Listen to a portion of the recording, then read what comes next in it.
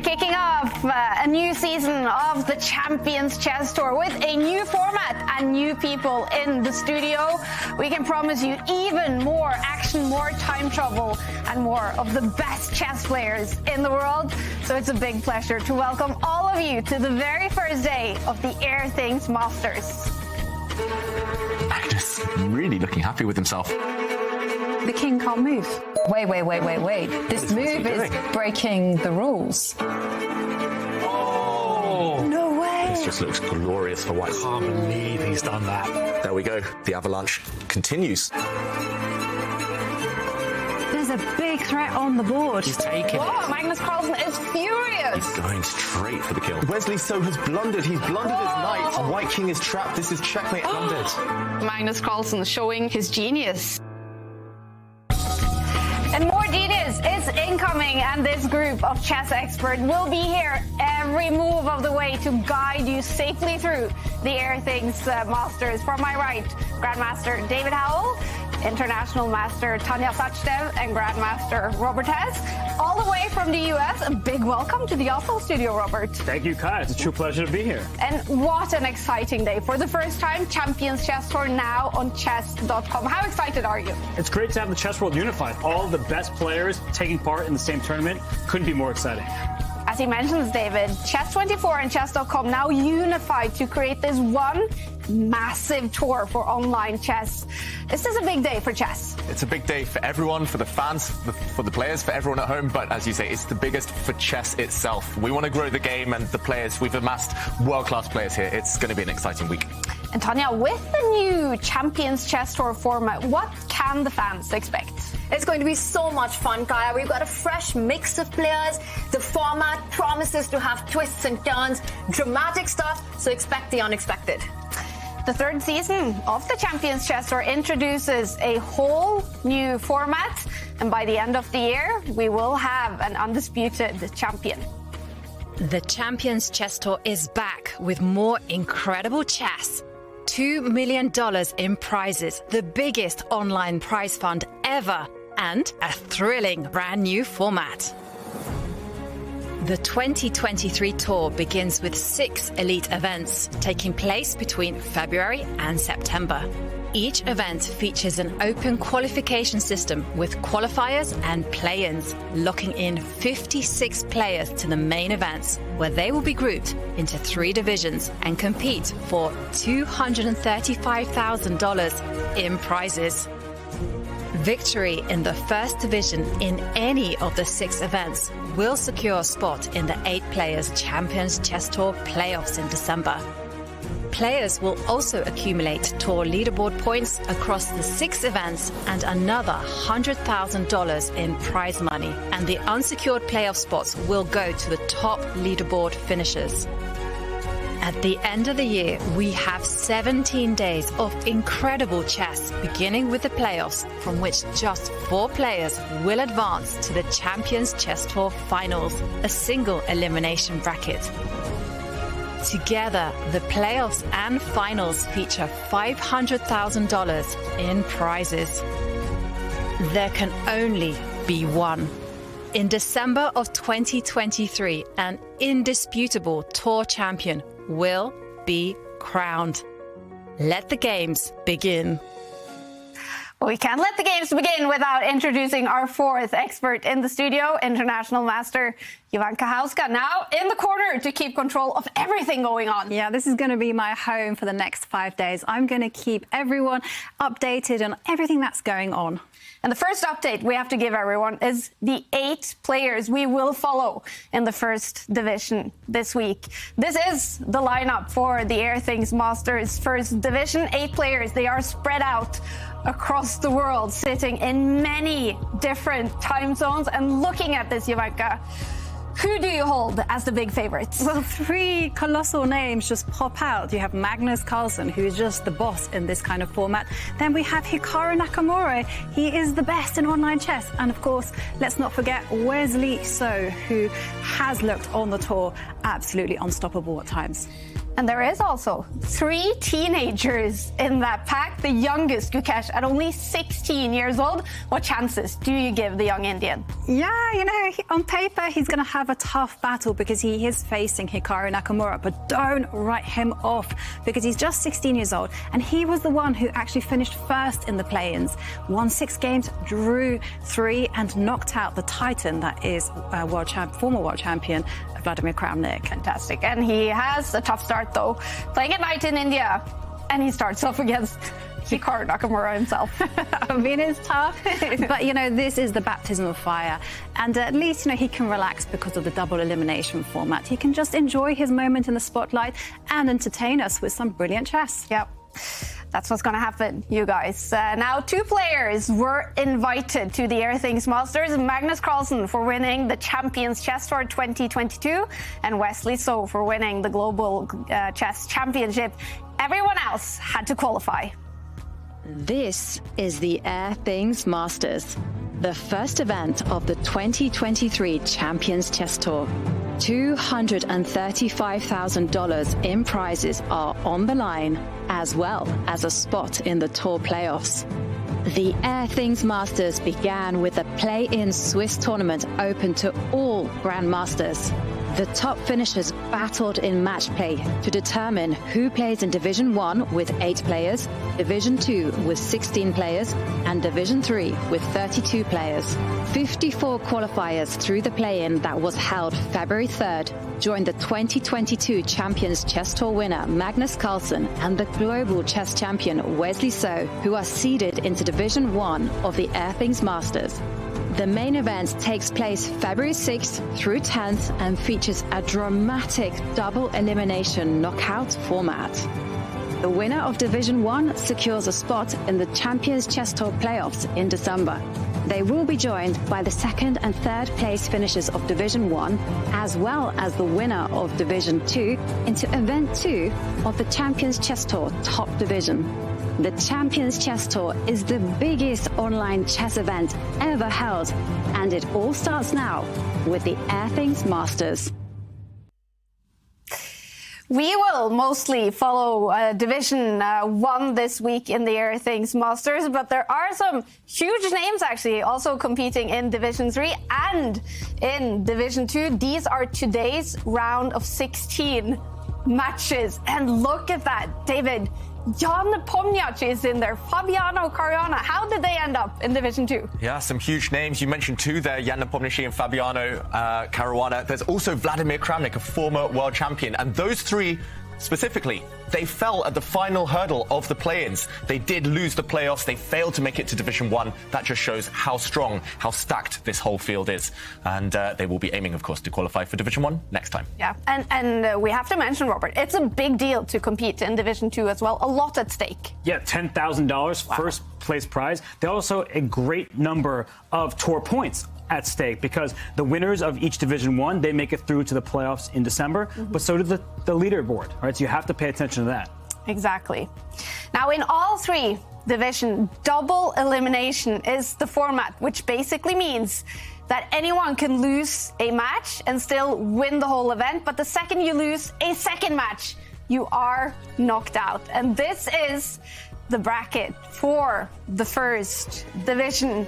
And we see the quarterfinal matchups to the left on the screen here. But Tanya, who does the double elimination format favor?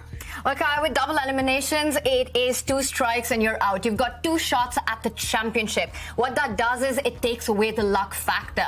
It seems to favor the player who is truly the best. So the best player has the best shot at winning the championship. Take a look at this. Magnus and Hikaru, the 2 big favorites. It's hard enough to imagine them losing 1 match. Here, you've got to knock them out twice to have a shot at championship. Yeah, that's going to be tough. But having this extra life that Tanya says, Robert, Does it invite for some more risk-taking, do you think? It certainly does, because when you see the field, if you lose a best-of-4 match, you drop down to the losers bracket, where it's best-of-2. So you may take those risks when you need to in order to stay in this field. So I do think we're going to see very energetic and exciting play. All right, you guys. So we have qualification, we have double elimination, we have a new time control with 15 minutes plus only 3 seconds increment. We checked in with some of the top players to hear what they think about the new Champions Chess Tour format. I think the tour last year was great in the sense that we had so many young players who got the chance, but now we get all the top players as well as the young players, which I think will be super exciting. At the same time, the competition is going to be tougher because Magnus Carlsen is going to be playing basically in all events, and also Hikaru Nakamura is there. It'll be a tough fight, I think. Even for the top players, it won't be easy. And there's going to be lots of qualifiers to all sorts of divisions. I think that's also a really good news for the sub-top chess players. Really, you're forcing it to be whoever the best player wins. Yeah, also for me, it's completely new to play double elimination. I never tried that, and I always thought like if you get eliminated, you're eliminated, and now you're back again. It's a little bit weird. In terms of time control, I think it's great time control. The games are a little bit faster. Oh, a lot more drama, I guess. But still, fortunately, there's some increments, so you won't see like super nasty flagging of opponents. Especially for a player like me who's gotten a bit slower over the years in faster time controls. Those 10 seconds were good to have. Plus 3 seconds, it's just going to be like time trouble all the way. So I guess more players, more drama, more excitement for the fans. And the action is about to start. Everyone with 4 big quarterfinal matchups. In 3.5 minutes, the Airthings Masters will start. And today's matchups are some big ones. Hikaru Nakamura, he's a beast at online chess. And he plays today against the surprise winner of the qualifiers, 16-year-old Gukesh. And then the winner of the 2022 Global Chess Championship, Wesley So against Mamedov. And then the big battle between the teenagers, both at 19 years old, Erigaisi-Firouzja and Erigaisi. But we will follow the first game between the reigning Champions Chess Tour winner Magnus Carlsen against a debutante on the tour, Sarana. And David, who is this guy? What is his strengths, Sarana? Sarana is young and dangerous. He's 23 years old. He can beat anyone on his day. He's especially good with the white pieces. He's very well prepared. He can play all sorts of positions. And if you give him a chance to attack, he will go for you. The last time these two faced each other, Sarana did take the win. He must be coming in with confidence. So the last time they played, Sarana actually beat Magnus Carlsen. What happened there, Tanya? It was at the World Blitz Championship, and it was a win, not just the result, the quality of the game, super convincing win, and that's just half the story. Sarana, before taking down the world champion, also beat Hikaru Nakamura, also beat Daniel Dubov, a very dangerous opponent today for Magnus. I actually heard you before the show, Robert. You call him the upset king. Is that what Sarana is all about? Just upsetting the big guns? Well, he upsets the people that he beats, that's for sure. But he's also, I think, underestimated by the public. He is not quite 2,700 in FIDE classical rating, but he has beaten the likes of Vidit Gujrati and Shakhriyar Mamedyarov in lengthy matches in the Chess.com Global Championship. So with the names that Tanya mentioned as well, he has a who's who of names at his victim list. Yeah. And if you do look at the head-to-head stats, though, there is no doubt Magnus Carlsen is a favorite at 32 years old today against the 23-year-old Sarana, ranked as number 70 in the world. Magnus Carlsen still world number 1. So what is it about for Sarana today to be able to win a match over 4 rapid games against Magnus Carlsen? Well, I feel that Sarana, he has to start off well. We know that Magnus has been guilty from time to time of starting slowly. Magnus often needs a bit of time to feel his way into the competition. He mentions he's getting a bit older now. The new time format, he might need some time to adapt. Sarana is on fire. He played so well in those play-ins, so I feel the first 2 games are critical for him. Yeah. And only 45 seconds until they played the very first game of the 2023 Champions Chess Tour season. It must be a special feeling to start off the season, the very first game, you know, blank papers, you know, anything can happen. What do you expect from Magnus with the white pieces in the first game? I'm looking forward to see what he brings in the opening. We've seen Magnus try out these absolutely crazy openings, offbeat stuff previously in the Champions Chess Tour, but will he take that chance against a player like Erigaisi-Firouzja, who's so well prepared? And it just might be the strategy that he's looking at. Now, Sarana is known to be a top-tier tactician. With the white pieces, his prep is second to none. I'm actually expecting Magnus to blow out an opening surprise in this one. Really? Do you agree, Robert? I think so, because Okay. Sarana is that well prepared. Catch him off guard. That might be the strategy. And what could that be? What would catching him off guard mean, David? It could mean anything for Magnus Carlsen. I don't think we'll see something like the Bong Cloud or 1F3, you know, openings that he's experimented with on the tour, but something early that will get Sarana out thinking on his own, just maybe a different pawn structure. And Magnus does start this quarterfinal with the white pieces. I think that is huge for him. We mentioned Sarana is blisteringly good with white, so it does feel like Magnus rolls some dice sometimes. I think the first few moves will be quite classical, quite normal, and the surprises will start a bit after that. And we see Magnus Carlsen is ready in his secret lab chair, not sitting in his home in Oslo. He is, as I hear rumors, visiting a friend in Canada.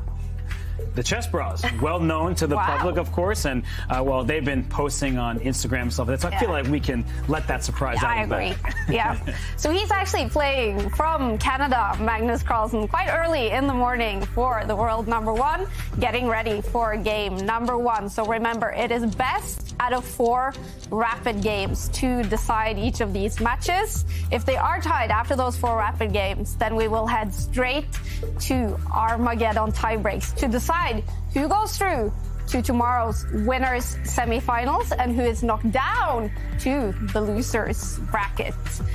And a big smile on Magnus Carlsen's face. Is that Erik Hansen that we see? That is Eric. So he's got a supporter in the background. Erik Hansen is not playing in any of the divisions, is he? No, not that I know of. I'm not sure if he played in the play-ins, Erik Hansen, but either way, Magnus, this is the first time we've seen him arrive early for a game on the tour in ages. So it's good to know he's got his tech support with him there in Tech Canada. support, cheerleader, all on board. I think it's a really crucial point how rested Magnus is for this first game. He's traveled over the weekend. He's in Canada right now. We also saw him at the end of Tata Steel. He looked absolutely spent. So it's going to be a lot about recovery and energy. Yeah. Now, how would you say that Magnus Carlsen's form is? We've seen him in the Rapid and Blitz World Championship of lately and in the Tata Steel. He was on a tear at the end of Tata Steel. He struggled in some of the earlier rounds. He lost 2 games in a row, unexpected from the world champion. But the end, when he needed his best form, he found it. That's scary news for Erigaisi-Firouzja. Yeah. But this is rapid chess, and it is a faster time control that we have been used to the 2 first season of the Champions Chess Tour. So we have had 15 minutes plus 10 seconds increment. This year is only 3 seconds increment. And how big of a difference is that, David? That's huge. There's far less margin for error. With the 10-second increment, you can kind of lose your orientation in the position just for a few seconds and kind of recompose yourself. This one is purely about instinct. 3-second increment disappears so fast, and we will see some kind of real calamities on the chessboard once the players tick down on the clock. So yeah, it will be about who adapts first, and it might favor actually those who played in those play-ins, like Sarana. Magnus, he's coming to this fresh. His last games were at Tata Steel, 7-hour time control, very, very different type of game there. And I'm expecting Magnus to be okay. He's very experienced online, of course, as well. But Sarana, maybe that's something he can play on the clock. And the matches should have started. Obviously, some technical issues here to get the 2023 season kicked off. We do not have an image of Erigaisi-Firouzja, but he should have arrived and should be ready to kick off the season with a match against Magnus Carlsen. Do you think this is big for Alexei, Tanya, to play not only a game, but a match, 4 games against Magnus? Huge opportunity for Alexei in the Champions Chess Tour. It is his debut in the tour. It is a platform that he hasn't had the chance to showcase his results in. In the playoffs, he beat Fabiano Caruana. And what a match that was. He had to win on demand and then beat him in the Armageddon. And as David, you were mentioning, having that practice in to start the first round where often things can be shaky, I think this matchup has huge potential for an upset. We also look at, well, the prize fund of the Champions Chess Tour.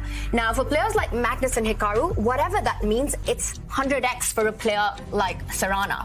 The financial support. We've seen breakout moments for these teenagers on the Champions Chess Tour. Now, whether it was Prague, whether it was Arjun in the previous editions, these are the moments that these players are waiting for, and it could be Sarana's day today. Yeah, we've seen huge moments for, as you mentioned, Gukesh, Pragnananda beating Magnus on the tour. Would it be a huge deal for Alexei today to win the match against Magnus? It certainly would be. And Alexei, he does have some accolades to his name. He won the European Online Championship back in 2020.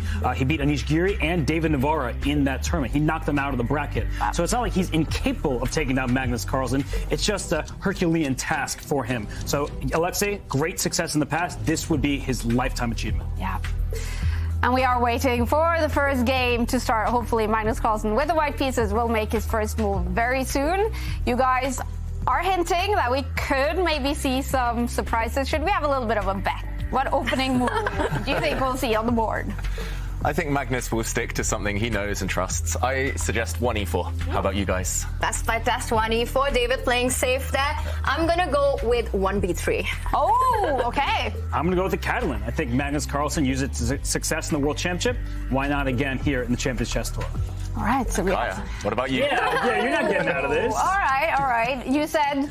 I said 1e4. Okay, so I'll go on d4. Solid bet. Let's see. It looks like now Magnus Carlsen is leaning towards the screen. Does that mean he is getting ready to make that first move? Or is there still some technical issues? And while we wait, I should mention that these two, just kind of unofficially online, just in some friendly games, they have had very long matches. I remember once staying up till 2, 3 a.m. in the morning watching Magnus play Sarana. I think they played nearly 100 games in that one session.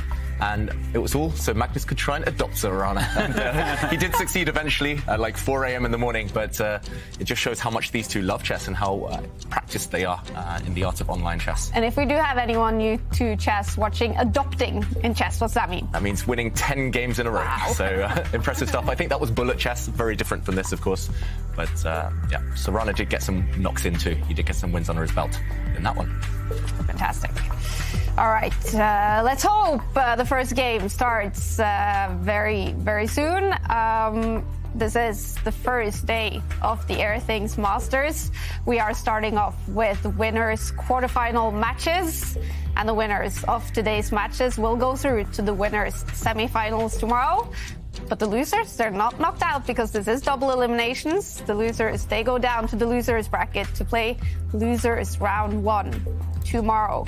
Would it be a huge shock if Magnus Carlsen, already on day 2, is on the losers bracket? I think it would be more surprising to the public than it would be to me because Alexei Sarana is that talented. He's that good.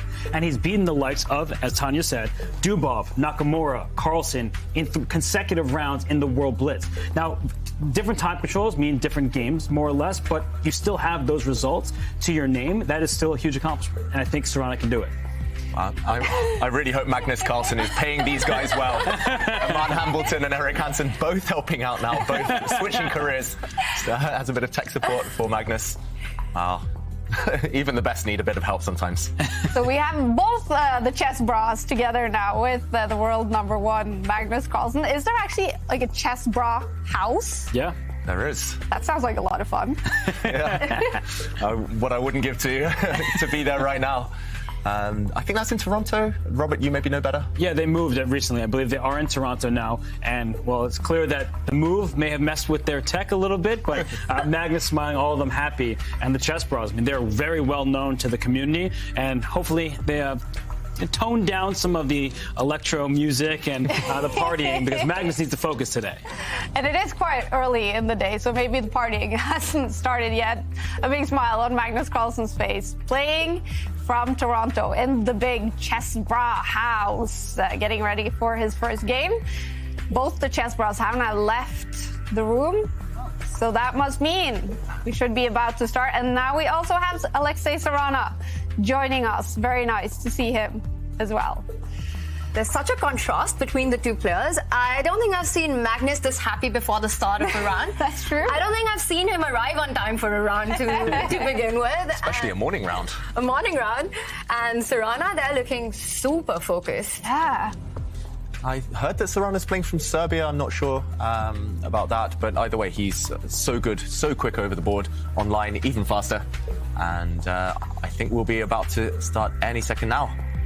Can't wait. Oh, Magnus turns away. I feel like I'm looking at a passport photo of Sarana there, right? Like, someone take a photo, get him that visa, and let him get on his way. But he wants this match to start. I think the jitters start settling in once you have to sit and wait. Once those first moves are made, it's just chess to focus on. Yeah. Or a mugshot. Guilty of playing some great chess, Alexei Sarana. He qualified from the big Swiss and the play-ins that was played on Friday, knocking out some huge names such as Fabiano Caruana and earning his spot here in the Airthings Masters to play a quarterfinal match against Magnus Carlsen. It's long overdue, and let's hope the first moves come on the board very shortly. It is 15 minutes on the clock for each player, 3 seconds increment after each move. So they will have to adjust a little bit from being used to 10 seconds increment on the tour. Can they? How long kind of thinking breaks can they allow themselves, David? During these rapid games, you don't want to be going into the tank for too long early on. You have to really limit yourself to these really short things. You have to trust your instinct a lot more than you do in classical chess.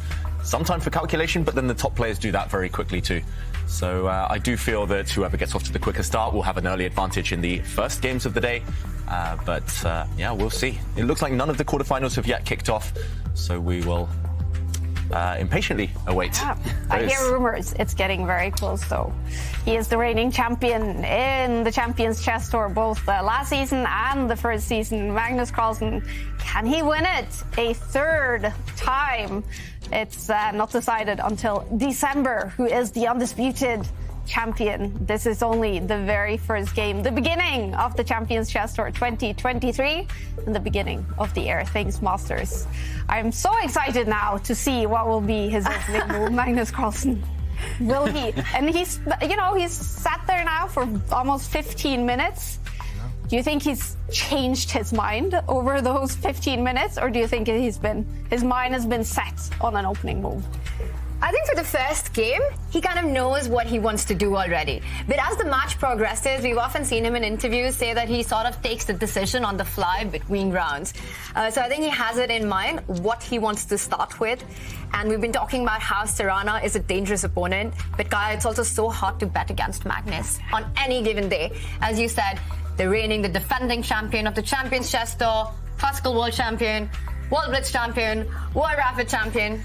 Hard to call him an underdog. Yeah. No, Magnus is the heavy favorite. We all know it, but Sarana will have to push that all aside, focus on the objective moves. He has a chance. That's all you can ask for when you're playing Magnus Carlsen. Yeah. Wow, I was about to say, has Sarana moved in the last 5 minutes? He finally did change his pose. It's not a passport picture. This is a live shot of him. Meanwhile, Magnus Carlsen going for the Maxim Vachier-Lagrave approach of snacking up during the games. Tara gets it right! And here we go! Yay! And I am the first one with the right move, you guys. Yay! We have started. This is the Champions Chess Tour 2023. But here we go. Robert was also correct with his prediction of the Catalan. So you two take the points. Tanya, we need to up our game. Teamwork makes the dream work. Oh, yeah. Oh, yeah. Good start. Good start. What are we seeing on the board, you guys? So this is one of the main lines of the Catalan opening. This is played by a bunch of top players in the world. Seemingly everyone has it in their repertoire right now. White tries to occupy some of the center, but black is rock solid. Look at black's pawn structure in the middle.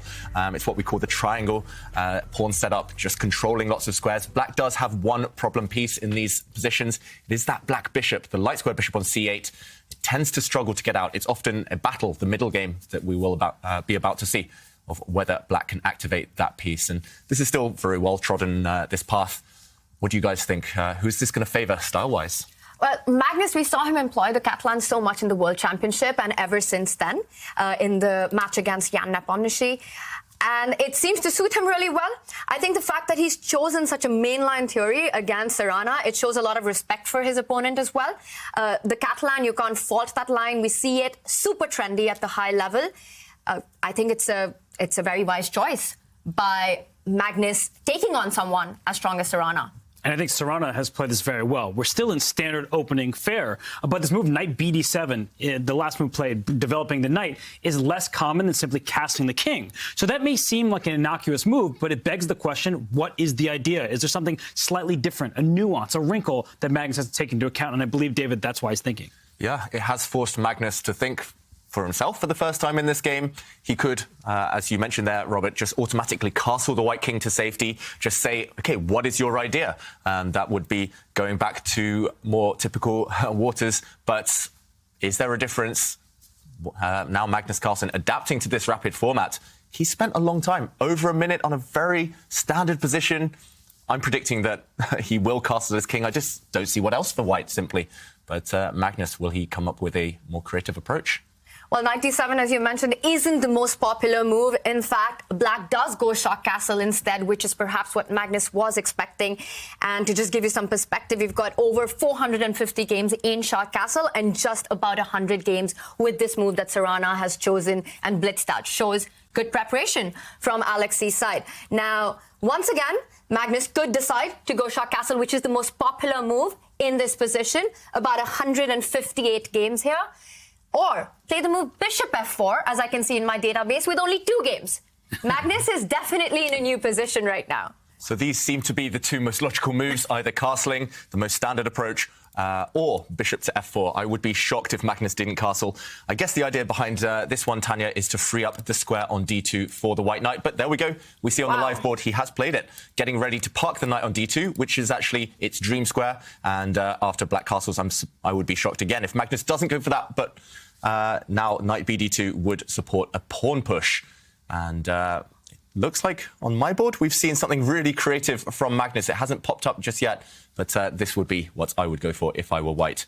Let's go back to the players and what has Magnus got up his sleeve? Well, you said creative, so I'm guessing it's Harry the H-pawn. Yep. That must be it. And it comes from the school of Daniil Dubov. Dubov was one of the trainers for Magnus Carlsen during his World Championship matches. And Dubov is kind of the king of the Catalan. He loves this opening. He plays it with great effect. So the move H2 to H4, throwing that pawn up the board. It doesn't have an immediate threat, but it just can be a bit scary for black to deal with. We see it. Yeah, there you go. Robert, he's definitely been hanging out with Daniil Dubov a bit too much recently, Magnus Carlsen. The white king now has the question to answer long term. Does it castle short? Does it castle on the king side now that you started pushing pawns on that flank? Or do you just stay in the centre, keep your opponent guessing? That's something that Kai has mentioned in the past, especially last season on the tour. It's a definite trend at the top level to keep your opponents guessing, to kind of play a bit risky and leave your king in the centre. But yeah, the idea is clear. You want to start stepping forward even further. You're staying very flexible with white. And if Sarana isn't careful, maybe a kingside attack a bit later on.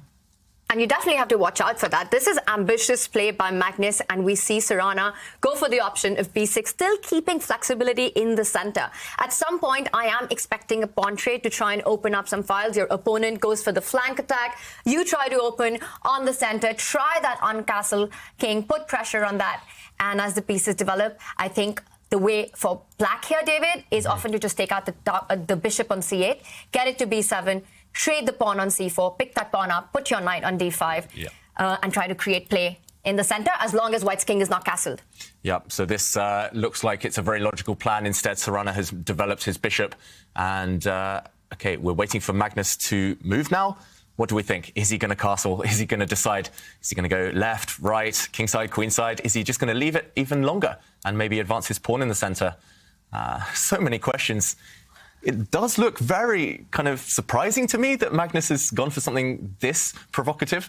It feels like just castle your king, you know, play all the simple moves first. It's the first game of the day. It's a morning round. But what do you think of this, Robert? Something I like to point out is that knight on d7, right in front of the queen, it's dominated by the pawn on d4. So when there's a pawn 3 squares away from a knight, the knight is in some trouble. So I do like the contours of the position for white, because that black knight's a bit passive. So playing the move e4, it's very common, it's a topical idea, but you offer some trades, and that's usually good for the side with less space. That knight on d7, the knight on f6 fighting for the same squares, called superfluous knights, thanks to Jeremy Silman. So I do think we'll see a series of trades, and the knight on d7 will become a happier piece. Yeah, finally the knight can start to breathe, and it would have a nice square. It could attack the white queen, for example. But Okay, what has Magnus Carlsen done? He didn't automatically recapture. Let's go back to the game, because I was certainly expecting an automatic take on this e4 square, but instead of capturing this pawn, Magnus says, no, I'm going for the attack. He brings his knight forward. Of course, this pawn will disappear long term. It's now attacked 4 times. The white bishop is open towards it, but he's also hinting at a potential attack on this square. Look how the queen's vision, long X-ray vision there, is potentially going to hit the h7 pawn. And Sarana doesn't even blink. He's playing so quickly against this really creative idea. He plays c5. Again, if your opponent attacks one side, fight back in the center. But the bar is really liking it for Magnus. Yeah, the evaluation bar, we should mention on the side there on the left of the board, up on white side. Yeah. Surprising to me, especially considering Sarana is playing so quickly. Feels like he's in his home preparation somehow, but we've got to trust the engine from time to time. And the speed with which the players are blitzing out their moves, it seems as if they know what they're doing, but this is a brand new position. It's never happened before. So they are playing over the board. This move by Magnus going knight to g5, attacking on e4, and now he blocks off the center, blocks off that bishop on b7. This pawn advance is a very typical way of getting back to the position after black has made the move c5. You want to keep it blocked and you want to keep pressure on e4. I like this approach of not allowing black to capture on d4 and opening up the center. Yeah, he's opening it in a way that could potentially be favourable for white. He's saying, OK, we can open it up, but on my terms. And what do we think? Is this involving a second pawn sacrifice temporarily? Maybe we have to jump in and show some lines here, Robert. I think so, because it looks like after d5, black has that square under control. You can start taking that pawn on d5, and that has just happened. E takes d5 was played. White has to take back with the pawn. And if we get some trades on that square, white will then castle queenside at long last. And black will be up 2 pawns, but white has the initiative. The momentum is in the favor. There's a pin down the d file. The e4 pawn will be hanging. Maybe there's some better moves along the way. Maybe castling king was now strong as just bringing the rook to d1. But either way, we see how quickly white's pieces come into the flow of the position.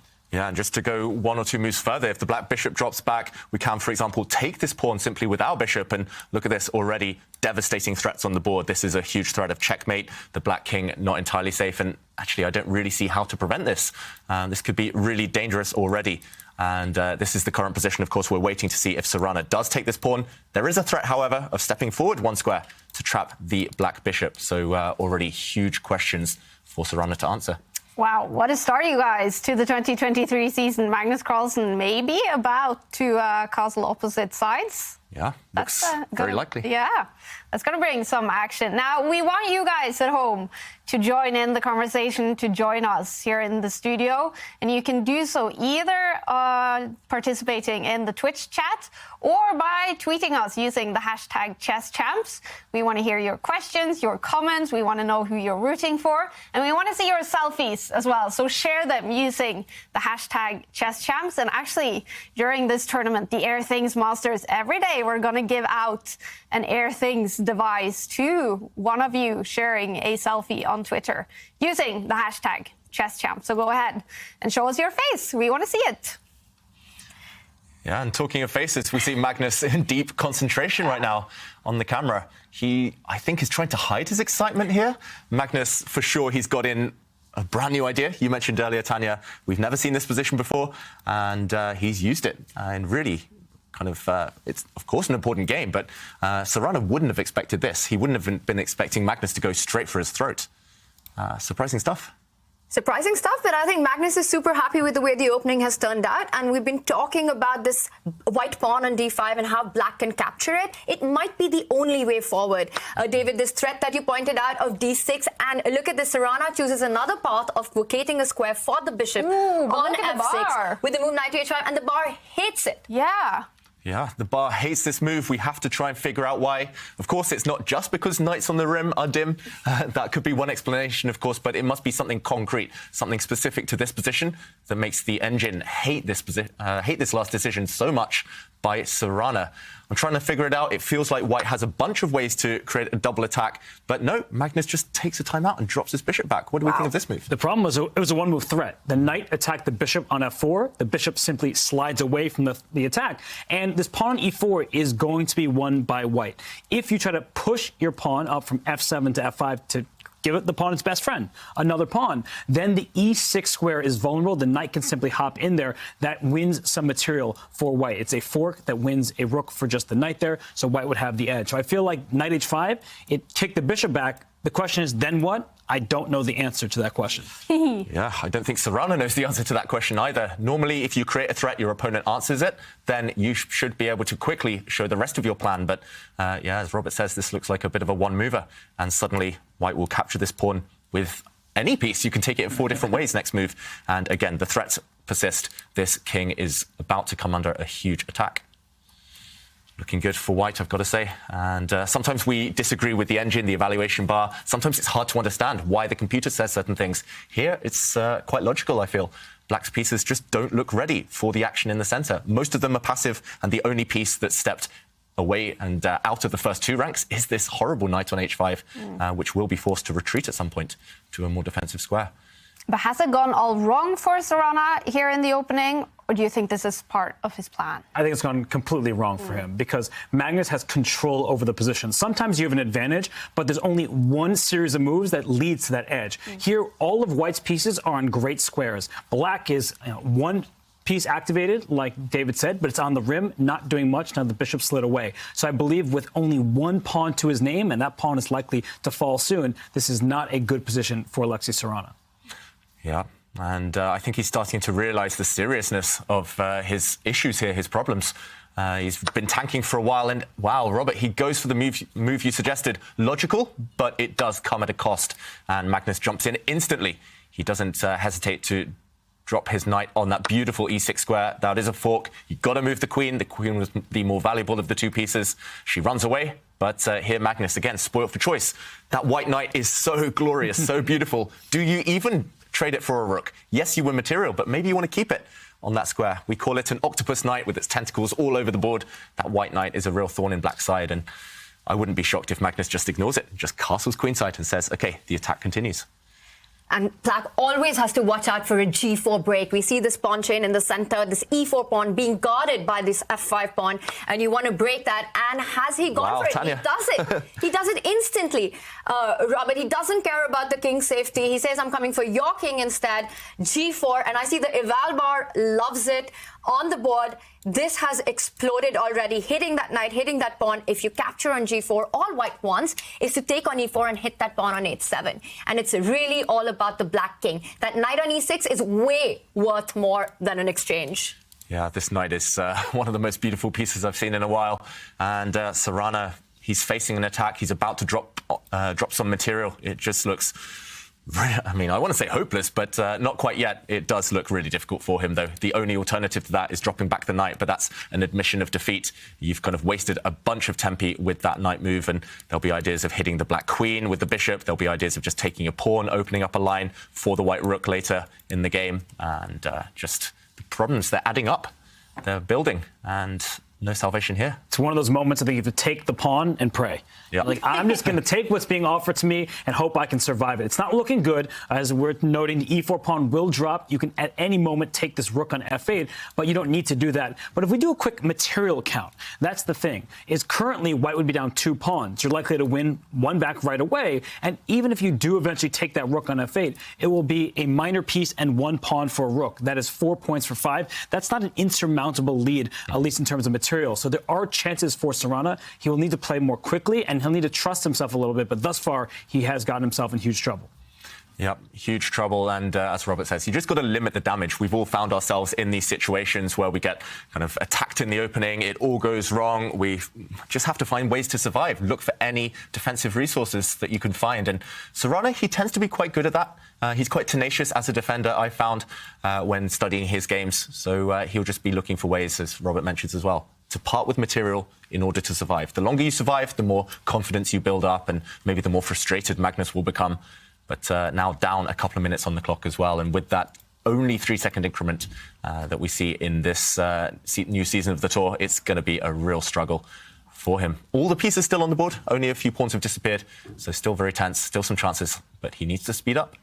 Magnus looks anything but frustrated right now. He is definitely enjoying this position a lot. He's got everything. It's like a dream catland for him. The opponent has got about 6 minutes. Sarana down to 6 minutes on the clock. A really difficult position to defend already.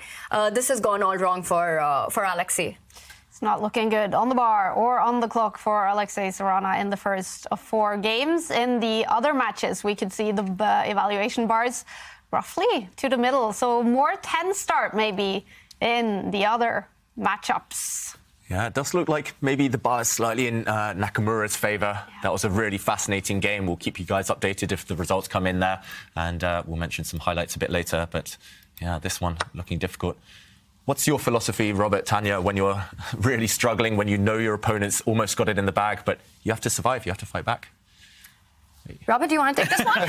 Sure, I will. I'll take this one. I think that Sarana is a speed demon. He is really resourceful when he even is down to his final seconds. He has great experience in rapid and blitz time controls. So at some point, he's just take what's offered to him and run with it. He did just take this pawn on g4. He is up 2 pawns at the moment. It's not like there's an immediate checkmate or even an immediate devastating threat. So his position is worse. He acknowledges that. You can see it on his face. But it's not that terrible. So as long as he can shore up and prevent the immediate threats, he does have a chance in this game. And we see Magnus just take this pawn on e4 with the bishop, creating a threat against the h7 pawn. But the evaluation bar is taking a little bit of a dip. A knight can come out to f6. There is activity for Black's pieces, and that's the best news of all. Yeah. And at least his next couple of moves are very natural. He did bring a knight to f6 as a bit of a defensive rock there. Black's knights, superfluous perhaps, but they do control and defend, cover some really important squares. Magnus eventually, after resisting the temptation for a few moves, he has gone to grab the material. So White has won that rook for his knight. He's currently 1 point up if we do a count. But yeah, it's more about the piece activity. White has nice centralization. Black needs to just lock things down. And I like this last move by Sarana, planting the black bishop on d6, the dark square bishop, blockading White's central pawn. You cannot allow that one to advance. It would be too strong. It would win the game. And he seems to have done a good job of at least covering things for now, holding things together. Do we think Magnus has a breakthrough now, or is he just going to improve his pieces as we see in front of us? I love that approach. He's already up materially. He just brings the last piece into the game. Bring all your toys to the nursery, as they say. And rook to e1, centralizing it. David, as you were talking about the approach in such difficult positions, I think your mindset just has to be to survive another move. Yeah. You just have to make sure that you're not losing on the spot and keep pushing your opponent to find ways, because the hardest thing in chess is to win a winning position. We've seen even Magnus sometimes not being able to do it. So that is what Sarana's trying to do. He's trying to keep himself in the game, but it's going to be hard, this one. I like that White is materially up, and it looks like White has all the compensation as well. Why is it hard to win a winning position, but easy to lose a losing one? Chess isn't fair, that's why. I was yelled at by Henrik Carlsen, Magnus Carlsen's father, once in a polite way, because I asked him something about Magnus. He only needs a draw. And Henrik said, it is very difficult to get a draw in chess. And of course it is. And it must be even harder to, as you say, win a winning position. Yeah, all of these guys, they're super strong. They're here for a reason. They're all beasts, and they all defend extremely well. I think that's what sets the modern generation apart from past years. Thanks to engines, we've all learned that there are resources in positions, and especially the young players. They're so resourceful. And Sarana's still fighting back, still struggling perhaps objectively, but at least he started to advance pawns towards the White King. I do want to mention, just a couple of moves ago, the experience of these two, especially in speed chess, has shone through by the fact they both put their kings towards the corner. Black took a timeout to shuffle his king into the corner. Magnus, even though he's the one attacking with White, took a timeout, put his king on a safer square. And that's just because later you don't want to have to calculate checks, attacks, and direct threats. But talking of direct threats, that rook on e6 now, the White rook has landed on a square that the White knight used to occupy, but still an outpost, still defended by White's passed pawn in the center, and of course by his bishop. And even if Black trades off that rook, it will just be replaced by an equally powerful pawn. Yeah, Magnus has so many intruders in the Black camp right now. Yeah, and those intruders are only going to start eroding the Black position further. This last move is a bit of a sad one. But I love it, though. I mean, from the defensive perspective, you can't trade pieces. You're just going to lose any endgame. You are down material. So rook d8 threatens, in a way. I put it in air quotes because it's not a big threat, but bishop sliding back to its home square, hitting the rook on e6 and the bishop on f5 behind it. So all of a sudden, he's putting up sturdy defense. He's much worse, perhaps objectively lost, but he at least is keeping all of his pieces connected with one another, and that doesn't allow Magnus the knockout blow. Yep. Actually, everything's defending each other right now. These knights are kind of clinging onto each other for dear life.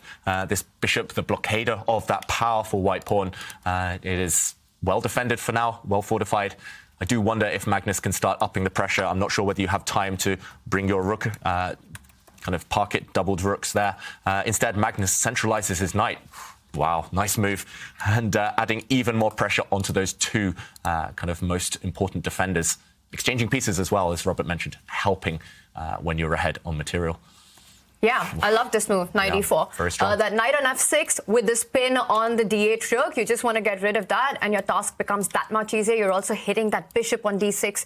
That's how you're fighting against the threat of bishop to c8, as you were mentioning, Robert. And I think everything that Magnus has done so far seems like flawless play. Yeah.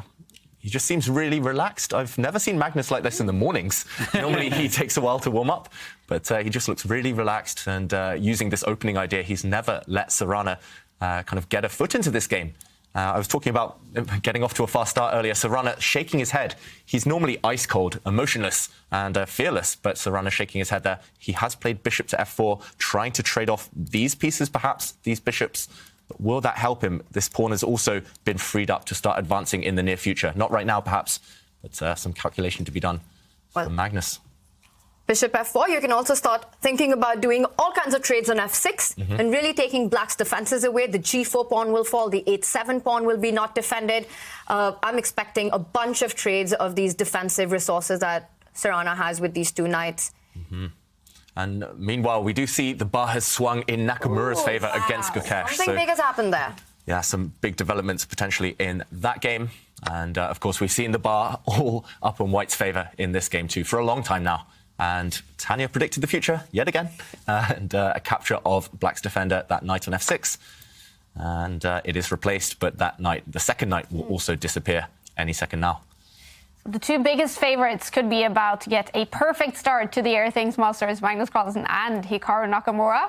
The bar is also going up for another small favorite, we must call him that, Erigaisi-Firouzja against Arjun Erigaisi in the first game. Yeah, Alireza definitely the favorite, at least on paper. He's high rated in classical chess. Arjun had a terrible event in Vaikunze. He didn't win a single game. He lost a number of them, but we know what he's capable of. So when Arjun Erigaisi finds his form, he can definitely combat Alireza-Firouzja. Yeah, 100%. And also, we haven't seen Alireza that much in action. Where is his practice coming from right now? And these kind of formats just demand you to be on the go from the very start. Of course, Alireza had a very comfortable going in with the Swiss and the playoffs, but Arjun, we've seen him on the tour before. And what's interesting is that I don't remember these two teenagers playing against each other. That's so interesting. This could be the first time this matchup is happening. And Alireza was one of the first in this generation to sort of break away. He was world number 2, and I mean, far ahead of everyone. But he sort of inspired this younger generation to come forward. And this change of guard, this movement that we're talking about, Alireza was right in the front of it. And especially with your fellow Indians, Tanya, with Gukesh, with Arjun Erigaisi, with Praggnanandhaa. There's so many of them. Yeah, and to think that they're all the same age, it's kind of hard to imagine. But at some point, you felt like Alireza broke away and went a little further and sort of just giving these other youngsters this inspiration that they can do it as well. And now to see these two fight against each other, I think it's going to be a big match. It doesn't matter who's stronger on paper. Arjun's going to give a big fight. He's also super good in these speed chess, faster formats. Yeah. And, I just love the fact that Firouzja, in the play-ins on Friday, he was playing from his kitchen. And I'm curious to follow him a bit later. I wonder if he's following the same recipe for success. But meanwhile, Magnus planting that white queen in the centre. Black's bishop is plugging all the holes. That dark square bishop now for Black, but it could be removed at any moment. First, Magnus gobbles up a pawn. He's getting ready to throw the white f pawn forward to destabilise that Black bishop in the centre. And this one looks like we're coasting now towards victory for Magnus Carlsen. And that queen, the white queen, was over near the king. Now it's going near the enemy king. It just took a pawn. It's going to slide up on the diagonal and go after the black king on h8. Queen h5 threatens checkmate on h7. Also allows the rook to land on e8 in many positions. It protects that square. So this is a big problem for Sarana. I think he is completely hopelessly lost. I don't say that very often as a commentator, but this position, he's getting obliterated in this one. Yeah, and just to highlight the idea that Robert mentioned there, for example, if bishop takes pawn is played, white can even give up his rook for that strong bishop in the center and now create that threat. Those dual threats, actually, firstly, checkmate on the h7 square, but now that this black rook has been lured away from the e8 square, the secondary threat is just as devastating. And this could spell game over. At this point, it's hard to offer any advice for Sarana. He might as well play a move such as this one and ask Magnus to prove the win, to show the win. Because it's inevitable at this point. You just need to find the most testing way for your opponent. It's looking hopeless. Also down under 2 minutes for Sarana. What does he play? He pushes a pawn forward. This doesn't change anything, however. He's looking for counterplay. He's pushing pawns towards the white king, but he's so far away. He needs 3 or 4 moves to create a single threat, and Magnus will land a punch before that. And now that he's allowed the d pawn to stay alive, David, that pawn can actually go forward to d6 and also threaten the rook coming on to the 7th rank. So let's say you start with the move queen h5. It's on the board. You're threatening a mate in 1, and Sarana has to defend that with the queen, losing control of the d6 square, after which, let's say, queen goes to g7, defending the mate on h7, and a move like d6 would be absolutely devastating, coming in with the rook on the 7th rank, and this is checkmate incoming. Sarana's down to a minute and a half, and the clock is not even his biggest problem. Oof. Yeah, we saw it in the camera a minute ago. He was just rubbing his eyes. He's like, what's happened? This has just been a powerful display by Magnus, and we can't fault Sarana at all. He's just not really been given a chance in this game. It's sometimes happens against the top guys in the world. Yeah, he was in an unfamiliar position, and Magnus was on the attack. Sarana felt uncomfortable. He brought his knight to the rim, and it never quite got back in the game, except when it was traded off the board in a winning position for Magnus Carlsen. So this is dominance. This is the world #1 player for over the last decade. He's showing his force in game 1, and he's about to lead 1-0. I think resignation incoming. Yep, I think we have the result. Magnus did get his rook to the 7th rank, and Sarana has resigned. Wow, 32 moves, and it's over. Magnus Carlsen, he takes the first punch, the first point in the quarterfinal match against Alexei Sarana. The Russian will have to make a comeback. He will have the white pieces in game 2. The other matches, they are still playing the first games, and we're going to jump into the first game between Hikaru Nakamura, the online beast, against 16-year-old Gukesh, the oldest, against the youngest in the Airthings Masters, actually, and the bar is loving it for Hikaru Nakamura. Are you loving it, Robert? I am indeed, and the reason why is if you do a quick material count, white is down 1 pawn, but it's essentially being down 2 pawns on the queen side, where there are 2 unopposed passers, and there we go, a5 pushes one of them, and then white is up 1 pawn over there on the king side, but white is not creating a passed pawn because black's king is in the way. So I believe the white forces will be distracted, will have to run on over to stop the pawns, and then black can then scoop up the remaining pawns of white. So I think this is actually a straightforward victory for Nakamura. Yeah, knights are famously bad as well against these rook's pawns, against the A and H pawns, and white's knight is going to be completely paralyzed, stopping that runner on the A file. He does. Gukesh centralize his knight, heading towards the queen side, but yeah, this one, it feels like it should be a matter of time. The one kind of potential hurdle here, the one potential banana skin for Nakamura is that all the pawns disappear. You can't allow the white knight to trade off all the pawns because a knight on its own for black would not be enough to deliver checkmate. Thankfully, he has 4 of them left, those pawns, and I don't think Gukesh should be able to trade them all off. What's gone wrong for the young Indian in this game? I think it's just Nakamura at his best. You're facing one of the best endgame players of all time. You're a pawn down. It was very tense for a long time earlier, but it feels like Gukesh kind of cracked at a very crucial moment, and Nakamura since then hasn't put a foot wrong yet. Should still be able to guide this one towards victory. His king has been pushed back, however. Fair play to Gukesh. He's at least asking questions. He's saying, can you win this endgame without your king? Nakamura's shaking his head. I must say, I haven't seen him play from this location before. It's different from his usual streaming place, I guess. But okay, Ooh, Gukesh shaking his head a little bit. Yeah, and the bar, for the first time, at least slightly showing some white. Gukesh has stopped those black pawns in their track for now. Is there a way to break this? What do we think? Well, the good news is that one knight on b5 takes care of both of the black pawns, at least for the moment. And you see the black knight go back towards the white pawns. You're just trying to keep black stuck in place on the queen side, and then black is trying to go after the pawns on the king side, but the white king can slide over and save that pawn. And if the pawns get traded, like you were mentioning, David, that gives white chances. What you need to do is eliminate all 4 black's pawns. And even if that costs you your knight, you will be able to make a draw. Lone king and knight cannot deliver checkmate. So all of a sudden, Hikaru, he's looking a bit frazzled, and maybe he believes that Gukesh has a chance. Yeah, and under 1 minute now for Hikaru. And wow what a move, giving up his knight, offering that knight as bait. And he's countered very well here. He's realized it is a race. Let's go in and show this knight sacrifice again, because Nakamura now giving up his knight. If it's captured, it's a race between this pawn, 2 squares away from promotion, and this knight. Unfortunately, the knight cannot get back in time to stop this pawn from becoming a queen. We mentioned that knights are especially bad against these rook pawns, and it's going to be a new queen on the A1 square. And therefore, if the knight cannot be captured, it must be driven away. And if the white knight runs, for example, to retreat, the black pawns can start rolling once more. What a move, Tanya. What an idea, knight c7. I absolutely love it. As you mentioned, the knights are the worst defenders against the flank pawns, and knight c7 just on giving up a whole piece, but the a pawn is super fast.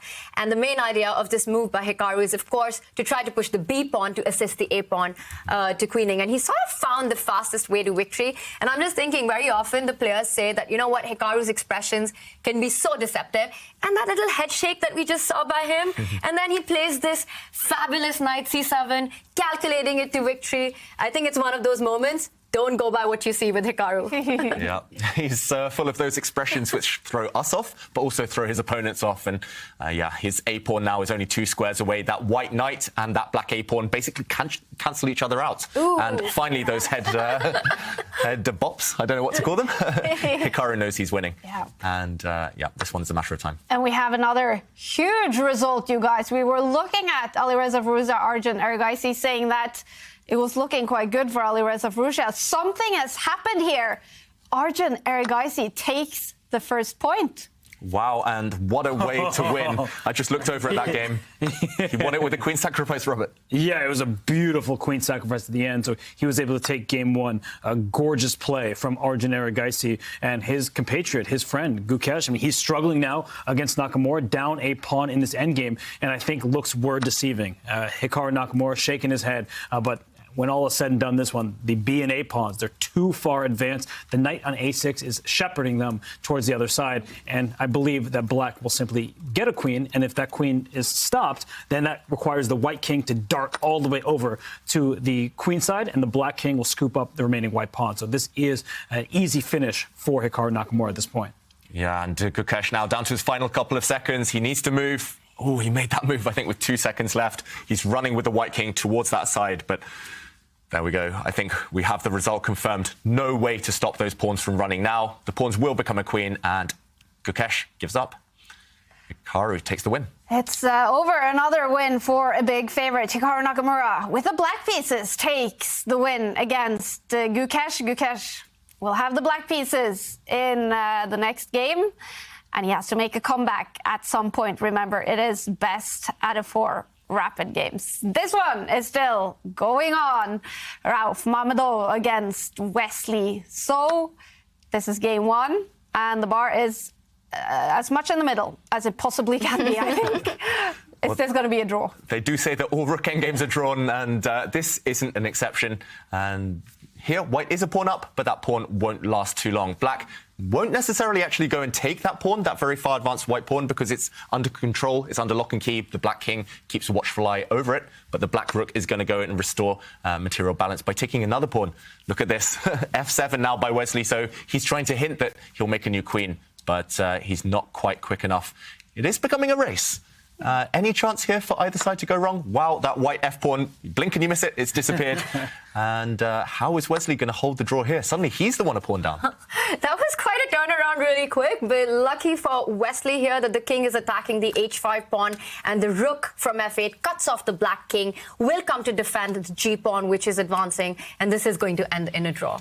It's trickier than you would expect, and that's why he brought the king back. If he took that pawn on h5, what's happening? Might have been trouble. But it seems suddenly he's winning. Oh no, an eval bar. It's the depth issue. Sometimes it freaks out, it goes somewhere, but the king steps back to f4. Wesley understands as long as he picks up the g2 pawn, the game is immediately a draw because a king and h pawn, that lone position will be a theoretical draw. There's no way for black to dislodge the white king from the corner. So that is where Wesley's aiming. We're getting just that. Yeah, this game will end in stalemate, but I can confirm for one move, Mamedov was winning there. Oh, really? He actually played the right idea, but in the wrong order. He could have played the same idea, but stopping the white king from coming back to blockade this pawn.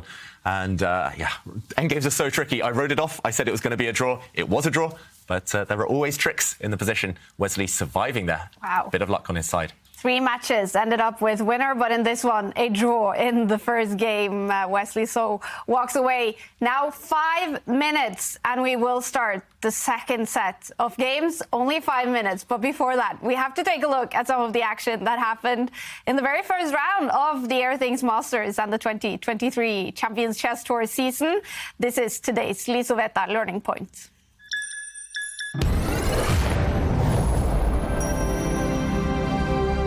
And today's learning point is about bringing all of your pieces to the party, especially when you're trying to attack.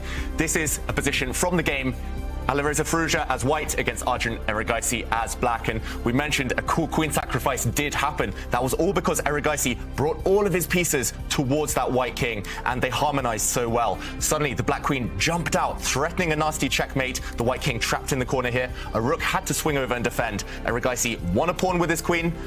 Firouzja reluctant to go towards the endgame, and now bringing another piece into the attack. The black knight jumping in, hitting the white queen. If queen takes queen, this is a nasty smothered mate. The white king trapped in the corner here.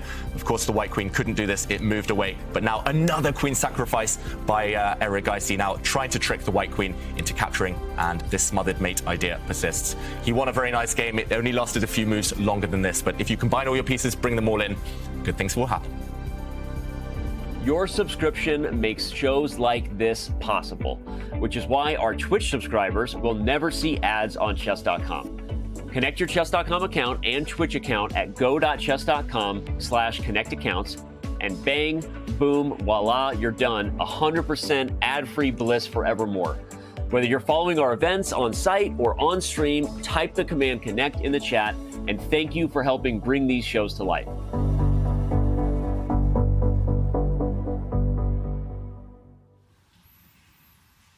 We're now going to take a quick Twitch break for anyone who is non-subscribers. For everyone else, we're now going to dig deeper into the first round of the Champions Chess Tour 2023.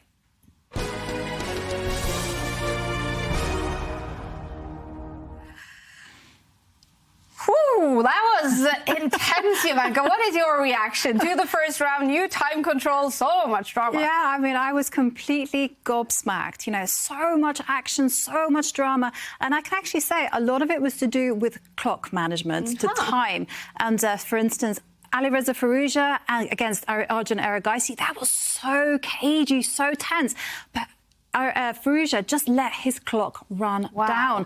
And then what you saw at the end, he just panicked, he went hard, and it backfired on him. And someone else who pushed too hard was Gukesh. He went really, really aggressively against Hikaru Nakamura in the beginning, but that went completely wrong because Hikaru just calmly defended everything, picked up a pawn, and won an endgame. Did we see the players take a little bit of risks here in the first games? Definitely, especially from the underdogs, I would say. I mean, they really tried to push the boundaries. They tried to make the favourites a little bit unsettled and to burn time on the clock. Sometimes it was a good strategy. Sometimes it didn't work, as we saw. Yeah. And Magnus, a big favourite, he won his game. Hikaru, a big favourite, he won his game. But Erigaisi winning against Erigaisi-Firouzja, is that the one that impressed you the most in this first round? Absolutely, because they really matched each other. I mean, Firouzja definitely will be very frustrated by that game, and he will definitely be going back to the drawing board. Let's take a look at the results, you guys. Remember, it is best out of 4 rapid games. Magnus Carlsen now in the lead against Sarana. So is Hikaru Nakamura against Gukesh and Arjun Erigaisi against Erigaisi-Firouzja. Wesley So and Mamedov, they are tied. And the second games are coming up very shortly, you guys. So get ready for some more action. We have started. This is the Champions Chess Tour 2023. What has Magnus Carlsen done? He didn't automatically recapture. Sarana doesn't even blink. He's playing so quickly. If your opponent attacks one side, fight back in the center. He doesn't care about the king's safety. He says, I'm coming for your king instead. All right, that was fun, you guys. We have started. How do you feel? Feel great. Yeah. Some really great clashes to start the day. Exciting chess. Their players are holding nothing back. Yeah. I mean, there was exactly nothing about holding back, no quick draws, no saving anything. This was action from the get-go. I mean, did you see Arjun's game? We got a brief look at it. What was that? That was destruction on the board. Magnus from the start with that H-pawn going forward, delivering a checkmate on Sarana almost, and everything was busted there. All out. This is the kind of chess we love, and we're getting all the action that we were hoping for. Definitely. And we're going to follow now from the start, game 2 between Arjun Erigaisi now with the white pieces against Erigaisi-Firouzja. Firouzja, he has to make a comeback at some point today because he did lose the first game. And can you imagine the self-confidence that Arjun must have after winning not only the game, but in the fashion he did it? Yeah, not just winning a really stylish victory, but also winning with the black pieces in a 4-game match. Having a win and having more whites in the remaining games, that's a huge advantage. And Erigaisi, he plays all sorts of openings now. What's going to be interesting for me is whether he goes, again, all-out attacking approach, which served him so well in the first game, or does he take a calmer approach? I don't think that latter one will help actually too much against Firouzja, because things will get messy at some point anyway. You have to fight fire with fire, but yeah, it's going to be fascinating. His first game was just incredible. Both teenagers, both 19 years old. Do they also have a similar style, or are they very different kind of chess players? I think they're quite different. I think that Alireza much prefers energetic play. He doesn't like sitting in passive structures. Whereas for Arjun Erigaisi, he doesn't mind maneuvering around the board. He's actually quite mature for his very young age. Okay. So what kind of game should we then expect? I think Arjun's very combative as well. He's not afraid of taking decisions that blow up the position. It really depends on what the position really demands. I've seen him play at the Tata Steel Chess in India, the Rapid and Blitz. He's an absolute monster in speed chess. We've seen him in the Champions Chess Tour. He really thrives in these formats. And Alireza loves fire on the board. Arjun's ready for it. Yeah. He will have the white pieces in this one. In the lead, Arjun Erigaisi. Is he one of those players who plays everything under the sun, or does he have some favorite kind of openings? Well, when he first burst onto the scene, I felt that he was really kind of an expert in certain structures, certain types of positions. But lately, I was looking at Tata Steel Vaikanze. He was playing everything, and not once would he hold back. He had a difficult tournament there, I think losing 4 or 5 games. But still, every game, he'd come back and go for his opponent. And that type of strategy is going to really serve him well in the long term. And of course, he had a breakout year last year, and that was due to his universal style. Just the fact he can play anything and had the confidence to back it up.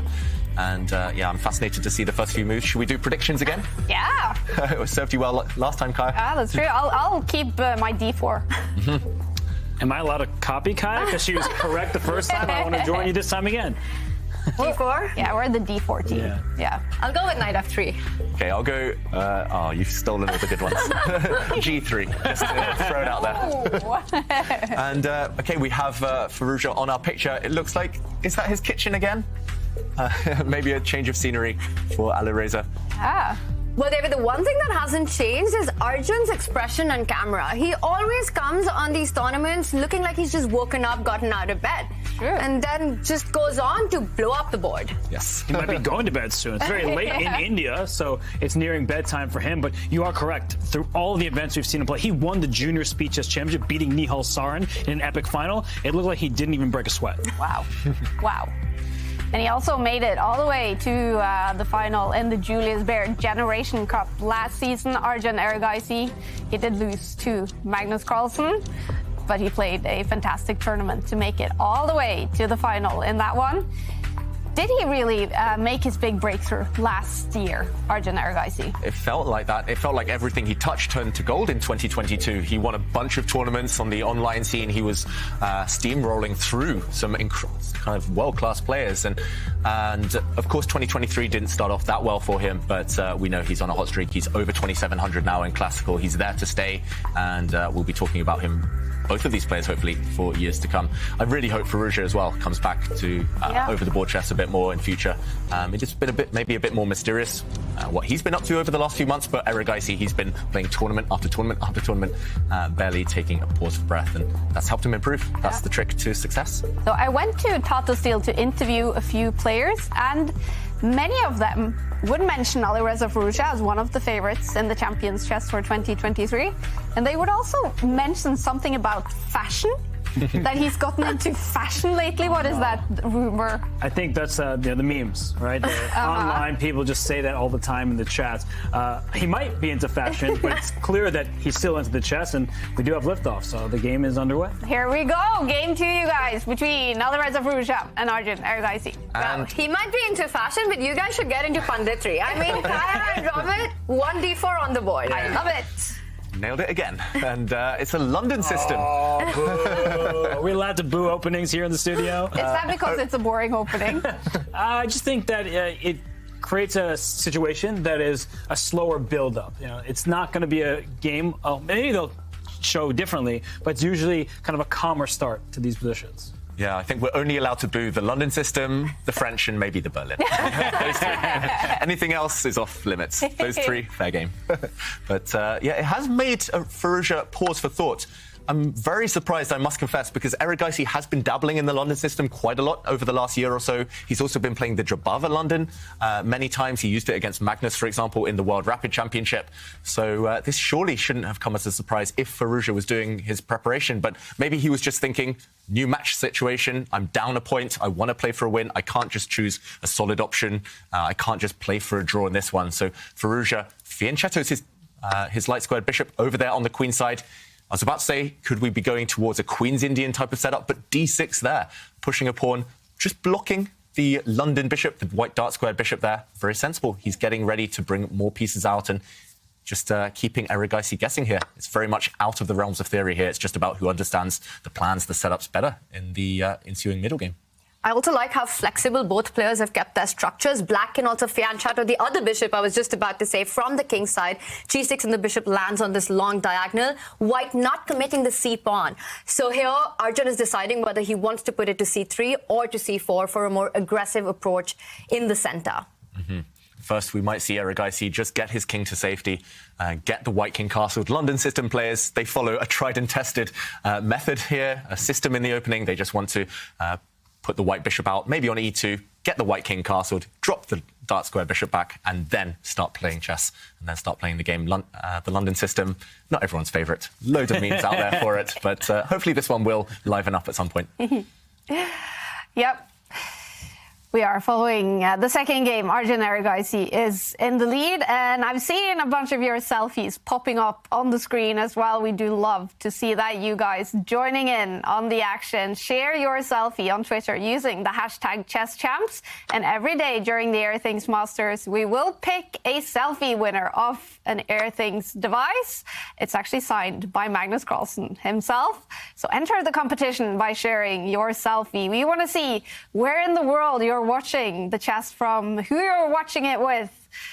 Is it late at night? Is it early in the morning for you? Wherever you are in the world, share your selfies. So if I share a selfie of who I'm watching with, the three of you, do I automatically win? You don't automatically win, but you automatically enter the competition.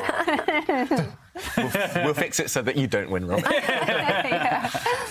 We might also be able to hook you up with an Airthings device. I appreciate that. Yeah. We'll talk about that more throughout the event, but air quality, we have found in past seasons, in past years, that it has had a direct effect on the players, the quality of their play.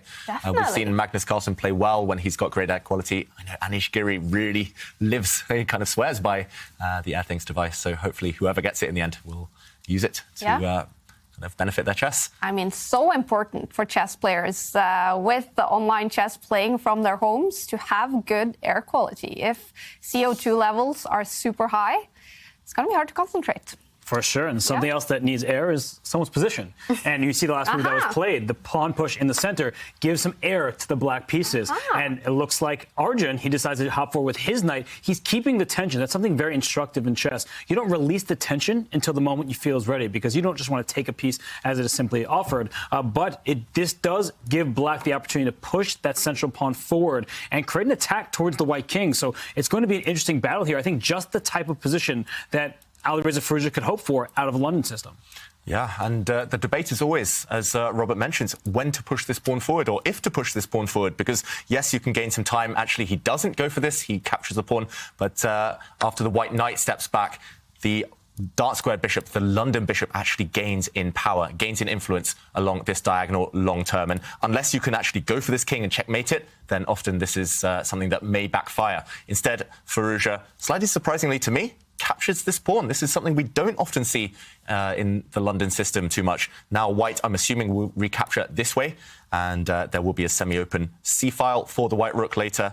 Still the same issue of this dark square bishop having a watchful gaze over this diagonal. This does happen, and Firouzja says, OK, you've got a slightly more open position now. I'm going to lock down the queen side. I'm going to fix the pawn structure here. Black's pawns are going to stay in this formation for, I think, forever, if they can. And play will switch towards the central squares. Black is maybe going to plant a knight on this nice e4 square and start pushing some pawns towards the white king.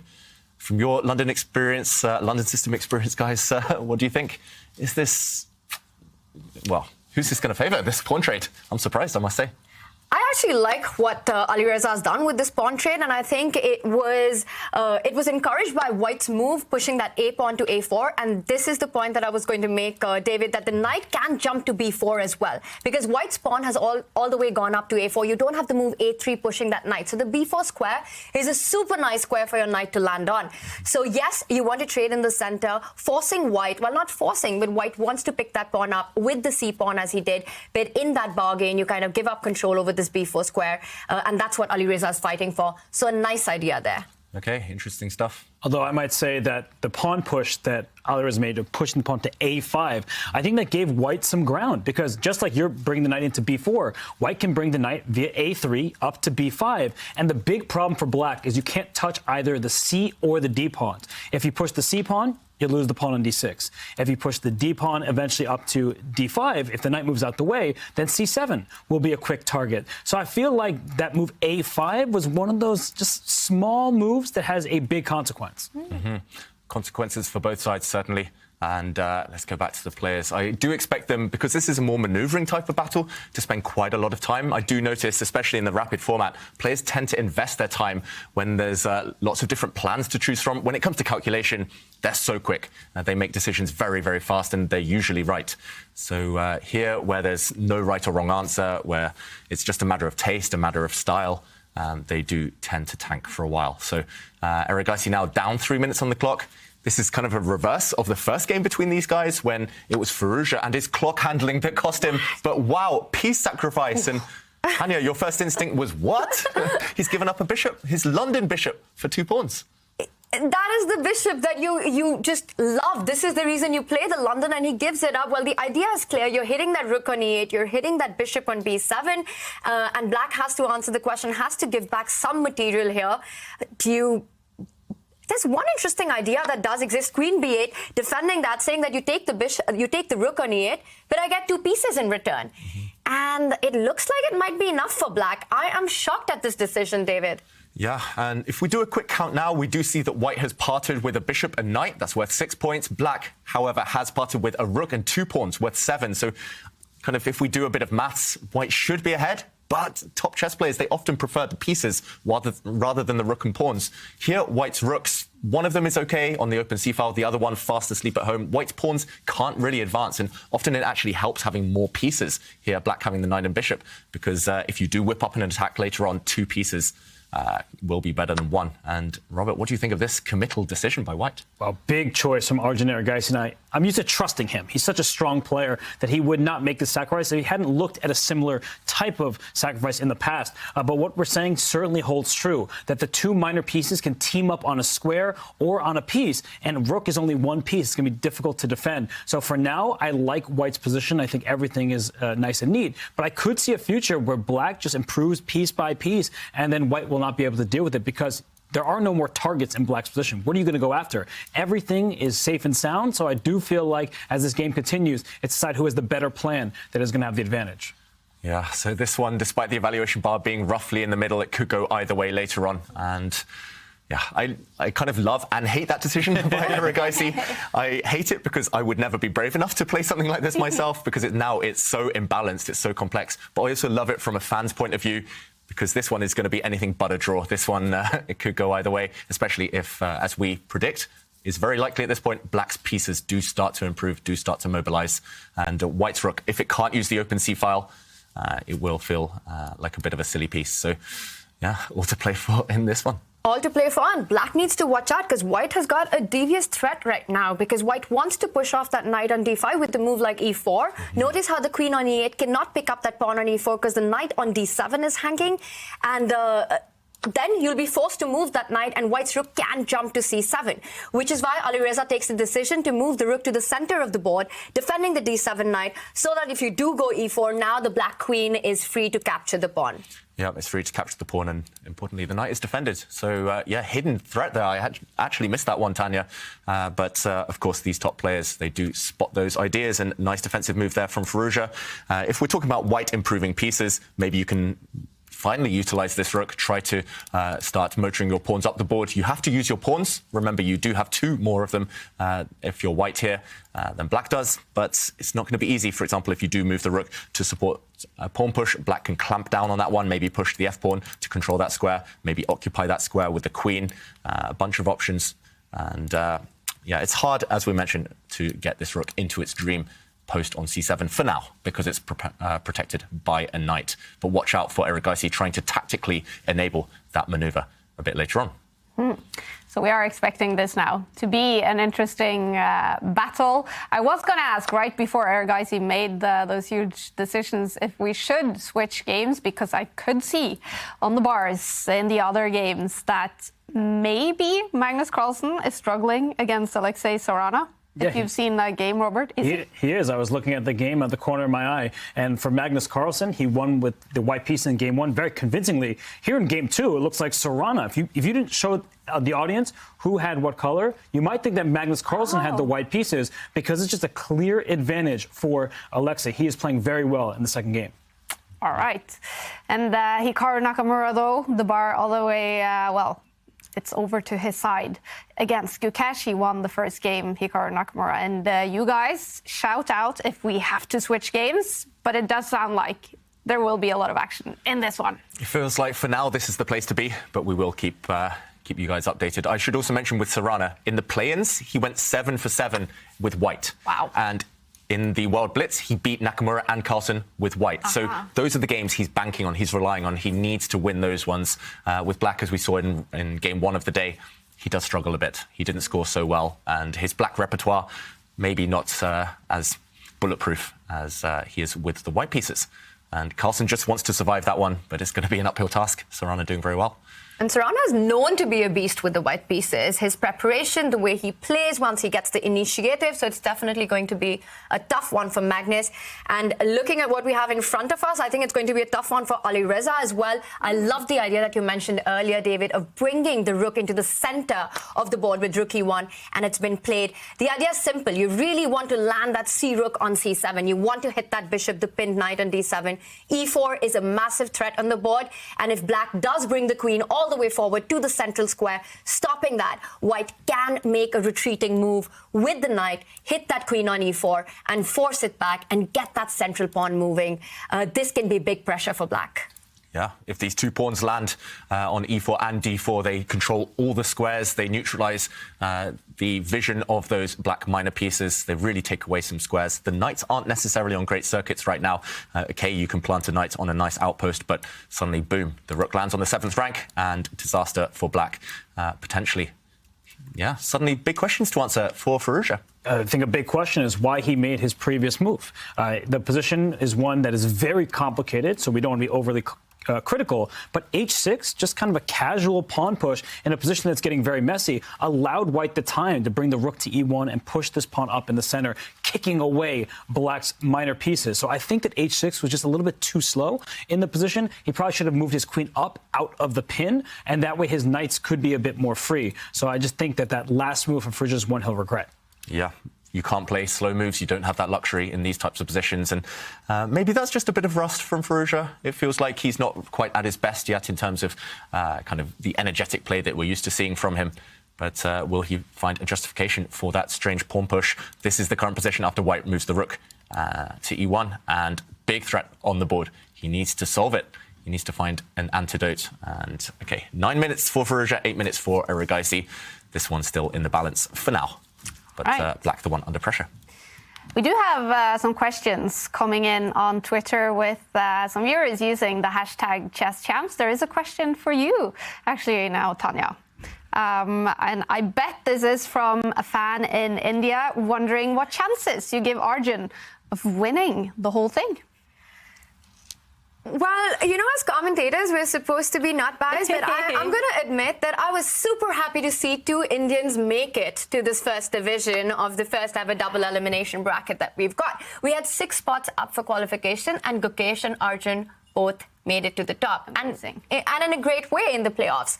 I think Arjun, you know, he's had such a meteoric rise. He was around 2,500, and then over a period of a year, he gained about 100 points. Went on to play in the Champions Chess Tour in a brilliant way at the Tata Steel Chess India Rapid and Blitz. Who would have thought that he would have won the championship? He won the Rapid, lost in the playoff in the Blitz, finished second. So I think he's definitely someone to watch out for. Now, when you've got players like Hikaru and Magnus and Wesley playing, you know it's not going to be easy. But in my heart, I am rooting for Arjun and Gukesh. There, I said it. You're very allowed to. Very allowed to, Tanya. Definitely. Well, Tanya, you must be happy to see the last move on the board because the evaluation bars reacted in Arjun's favour. Wow. We need to figure out why now, which is less clear maybe, but it's looking good for white. David, I understand the move rook c8. We've been screaming about this idea of e4 and getting that rook to c7. So Alireza tries to challenge that open rook on the c file. But the one thing that stands out is now the knight on d7 is just super tender.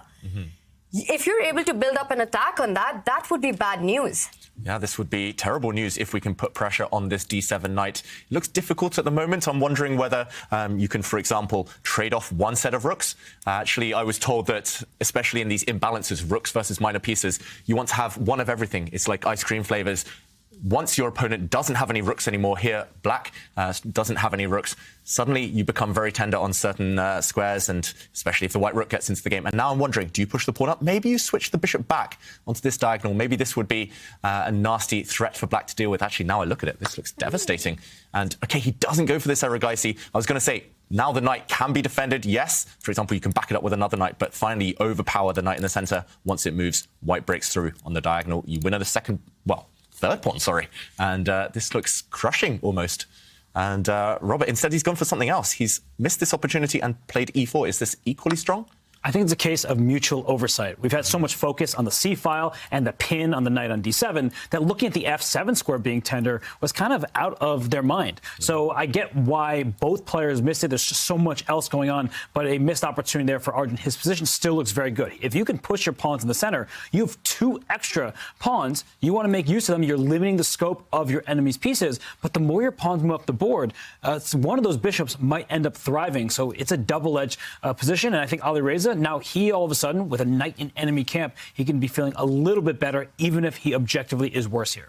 Yep, he's struggling, but he does have this one very active piece, and yeah, you want to kick it out, you want to get rid of it as soon as possible. Thus, Erigaisi comes over, swings his queen, and drives the knight back. He is pushing this piece back. If it has to retreat, momentum white yet again. So still looking good for Erigaisi. Maybe not as good as it could have been. He could have won another pawn to add to his collection, but still very strong. And Firouzja is having to contort himself, play some odd-looking moves, now pushing a pawn to g5. That's very weakening, very loose, that type of move. It needed to happen, though. It needed to be done. And he's clinging on to active squares for his pieces. There is a bit of a difference building up on the clock. Erigaisi certainly spending a lot longer in this game than he did on the previous attacking masterpiece from game 1. But if he speeds up, he's still doing very well. Tanya, still cheering for him. 100%. Arjun realizes that he should be better in this position as long as he keeps those minor pieces that black has under control. The pawn structure in the center takes away so many key squares. That bishop on b5, pinning down that knight on d7. So he knows the position's good, but he can't slow down. He has to make sure that he keeps up the pressure. Now, black's last move, the pawn push to g5, it controls his own knight on f4, but does give up the f5 square. And I was thinking about this, that land something on h4. I was wondering if the knight can go on h4, but Arjun comes up with another idea, David, of trying to break that pawn chain. And I look at our eval bar. It doesn't love the move, but from a human perspective, I think it's very strong. Yeah, certainly asking really difficult questions of Firouzja right now. How do you defend that pawn that's just been attacked on g5? If that pawn ever gets dislodged, then the black knight falls. And it's difficult. Suddenly it does feel like you're being overwhelmed, kind of stretched, your defences. The black queen is tied down. She's looking in so many different directions. She needs to defend her knight, her rook, and she can't kind of swing to the defence of her king. I'm struggling to find moves here as black, I've got to say. I think he's going to have to slide his queen one square over to the starting square, either after the rook trade or in the current position, and that way you defend this pawn on g5. Tactics may favor the side with more pieces on the board, and black has 2 minor pieces for a rook. So the queen may be overloaded, but if you start some trades, perhaps it's black's pieces that go into the position and start creating attacks, and the white king is the one that actually lacks shelter. Yeah. I want to point out one interesting tactic that exists in the position that the players need to watch out for. After h4, we are looking at this line with rook takes c1, the trade on c1. And David, you were pointing out that white picks it up with the rook, which is such a natural move. And black does have the opportunity, once you do that, to actually capture the pawn on e4. Because look at the geometry with that knight on f4 targeting the e2 square, where it can fork the king and the rook. You can allow the knight on d7 to be hanging because the bishop on b5 needs to defend the e2 square. And I think the tactics just seem to be working out. And look at this rook c1 on the board, and Arjun needs to be careful now. Yeah, this could happen, this variation. You mentioned a knight check landing. It's 4-5 moves in the future, but the fact that Erigaisi has paused means it's on his radar. This is not going to happen, David. Yeah, I think you're right. But we needed to show that it's kind of a potential slip-up here for Erigaisi. If he takes with the rook, things will turn around in black's favour. As you mentioned there, Tanya, queen takes pawn would be extremely strong, picking off one of white's kind of prized possessions there in the centre. But the fact he has stopped means he's going to calculate and he's going to realise he has to take with the queen. And now you definitely don't want to take this pawn with the bishop because you walk into a pin on the e-file. And there we go. You predicted it. He does take with the queen. And still in the balance. But black's queen now getting active, at least creating some threats. Robert mentioned it a couple of moves ago. Potentially the white king could come under fire. Oh, my goodness. This is one of those positions where the evaluation bar does not tell the story. We see objectively white is better with the best moves. Operative word being best. It's difficult to make great moves when that queen is sliding up to the g4 square, 2 squares in that diagonal towards the white king. And there's checkmating threats immediately. And if the only way to stop checkmate is by pushing that pawn in front of your king, you almost never want to push pawns in front of your king like that. It opens up diagonals, it creates weak squares, and black's forces are about to hop right in. This could be big trouble if Arjun Erigaisi does not show pinpoint accuracy. Yeah, and it's going to be difficult to show that type of accuracy with only 3 minutes on the clock, minimal increment coming on per move. Okay, he takes a pawn, but this is really playing with fire, we've got to say. The black queen is poised. She's ready to jump in. I'm not sure whether she will immediately, but that threat will stay on the cards for the next few moves. There's all sorts of captures here. The black knight can even take a pawn on g2. You have to work out the consequences there. Worst comes to worst for Firouzja, you just take this pawn back, the white pawn on g5, and you say, OK, the tactics are still in the air. I'll make you think, I'll make you calculate a bit more. The fact the evaluation bar hasn't reacted means that maybe there's no knockout blow for black and maybe no tactics work right now. But that's what Firouzja is going to spend his remaining time on. He's going to spend a while trying to figure out whether he can go for that white king immediately. This is such a brave decision by Arjun to take on g5. I mean, if I was white, I would see knight takes g2 with the queen coming in with the check. And I wouldn't have the heart to go for it. And Alireza brings up the queen first, attacking, threatening a mate in one on the board. Arjun immediately blitzes out g3, so he has calculated this very important defense where, yes, black can pick up the knight on f3, but then white goes on to win the knight on f4. Mm-hmm. It's lucky that White's queen is sitting there watching from afar to defend her king. The White queen would swoop in to defend just in time in this variation. So Firouzja can't go for this. He lands a check. The king moves. And now the question is, can he get to this White king or not? If he can't, then there's a bunch of problems. You've got too many pawns now. You've given up too many pawns to go for this attack. Also, this knight is under fire. So Firouzja, I'm surprised he went for that queen move so quickly. He just recaptures on g5. Can he keep the momentum flowing? Huge threat. Knight h3 back to f4 is the threat. You need the pawn on g5 because without that pawn there, the queen on c1 would capture the knight. Now it is defended. The g3 pawn is pinned to the white king. That's a huge threat. So maybe at this point, white has to start backtracking. The knight on f3, it looks like it's on a good square, but maybe it has to drop back to h2, kick that queen out of there, keep it safe and sound. But I'm looking at this position, and I feel like with Arjun's time in particular, it's looking really scary, despite the fact that he is objectively better. I think you have to balance the position with the clock. Yeah, there's all sorts of calculation to do here. Either the black queen can move, you could maybe even snag a pawn on e4 and calculate a whole bunch of checks. It's getting chaotic. Let's let the players try and figure out what's happening here. I don't think we'll see an error-free game from this point because it's so easy to go wrong. I think at some point, someone's going to make a mistake, and it's just about who makes the last mistake as it gets even more chaotic. First, I think Robert's right. Erigaisi needs to take defensive measures. He needs to move that white knight before it's too late. Can Arjun allow himself more than a minute thinking pause now? Some positions you can survive on a minute. It doesn't feel like this is one of them. Oh, wow. And he brought the knight back in. Look at how quickly Alireza scoops up the pawn with check against that white king. So if you decide to push your pawn up to f3, guys, I think we're going to see another sacrifice from Alireza. He's going to keep giving away pieces, exposing the white king. Yeah, we have to show this because this would end in some cool little tactics, cool knight jumps. This would be the most natural move for white, blocking a check. It looks like you're forking two pieces here, attacking the bishop, attacking the queen, but bishop takes pawn would be pretty much obligatory here. And after a recapture, the black knight jumps back with a nasty check. And when the king moves, could we see a little dance between the knight and king? Maybe we'll see another knight check. The white king would have to jump out into the open if it wants to avoid a draw here. Repetition may be the most logical finish. Instead, Erigaisi doesn't want just a draw. He doesn't want that to repeat. He gave up his rook for the bishop in the center, and now he's captured this black knight on the edge of the board. So it's now a completely different assortment of material. It's one pawn in white's favor, but his king is on the edge of the board. Precarious stuff.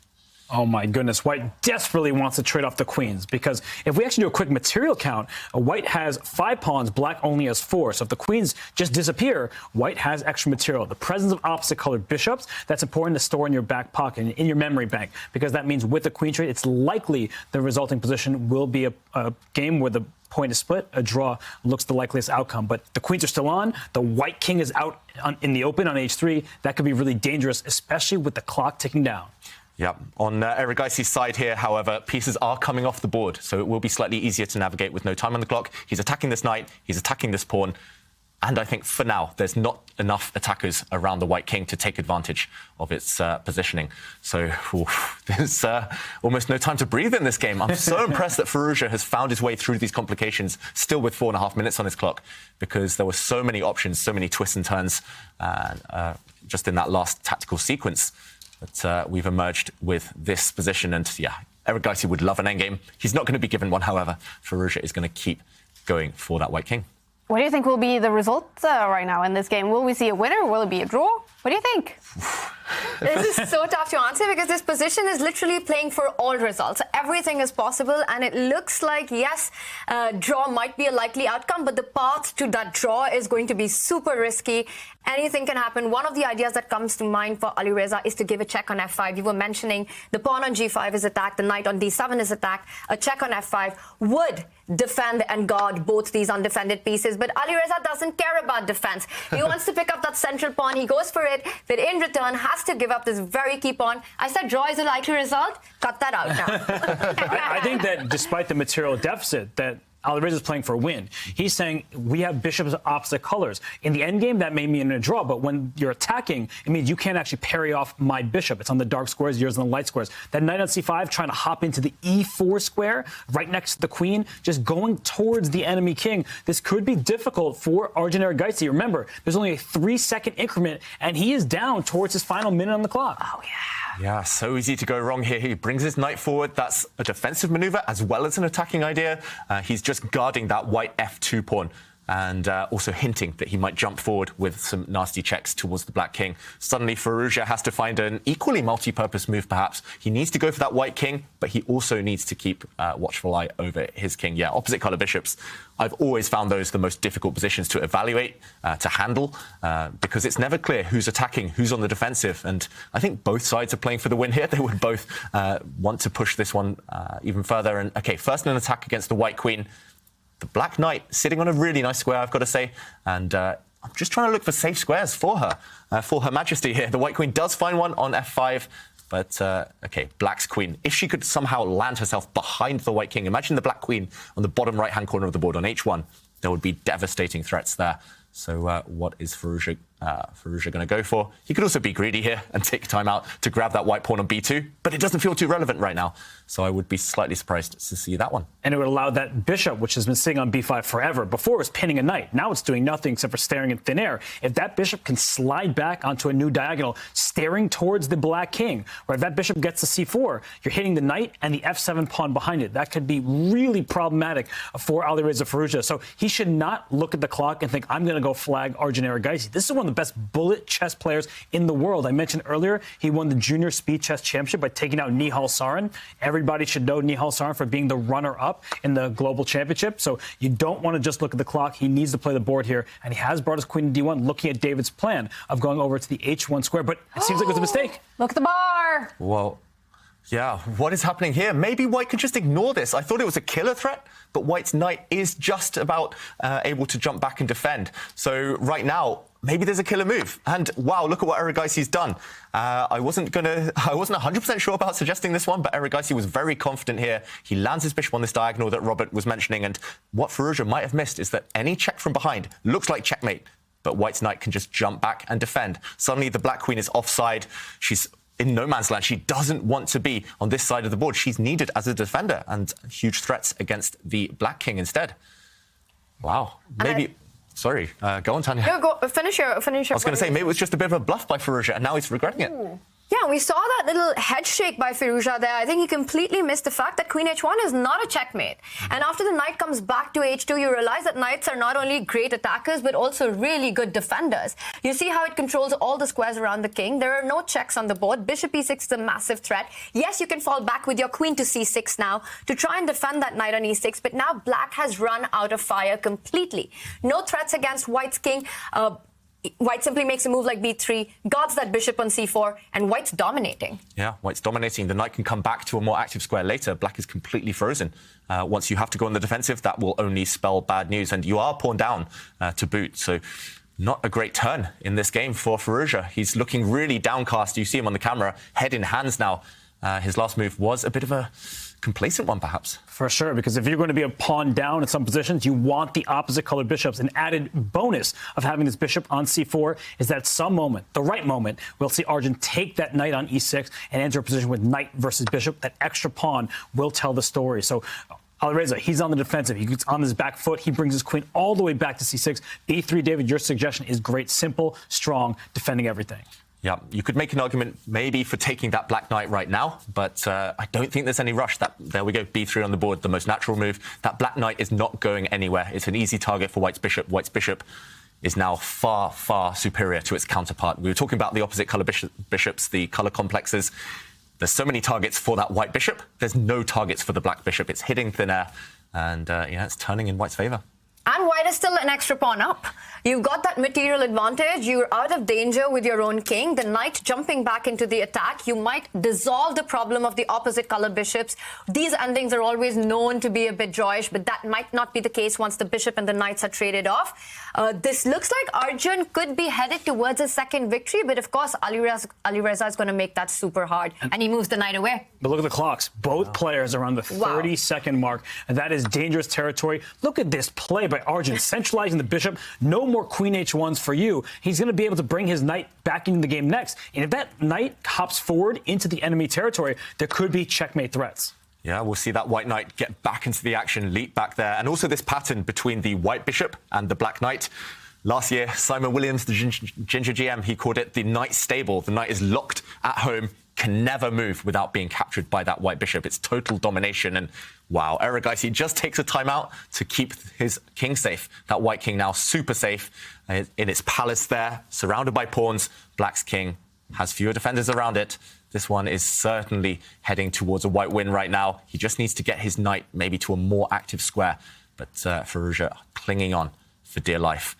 And yeah, how are you guys at bullet chess? This is under 20 seconds for both players. It's getting nerve-wracking now.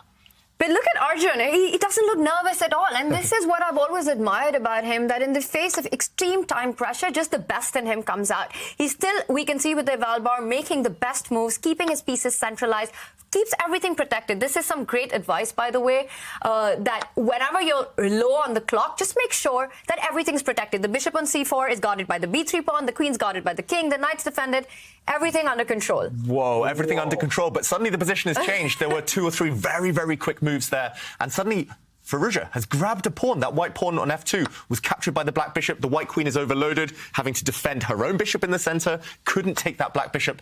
Now a pawn has dropped near the black king. It's total chaos, despite the reduced material, and black's king is on the run.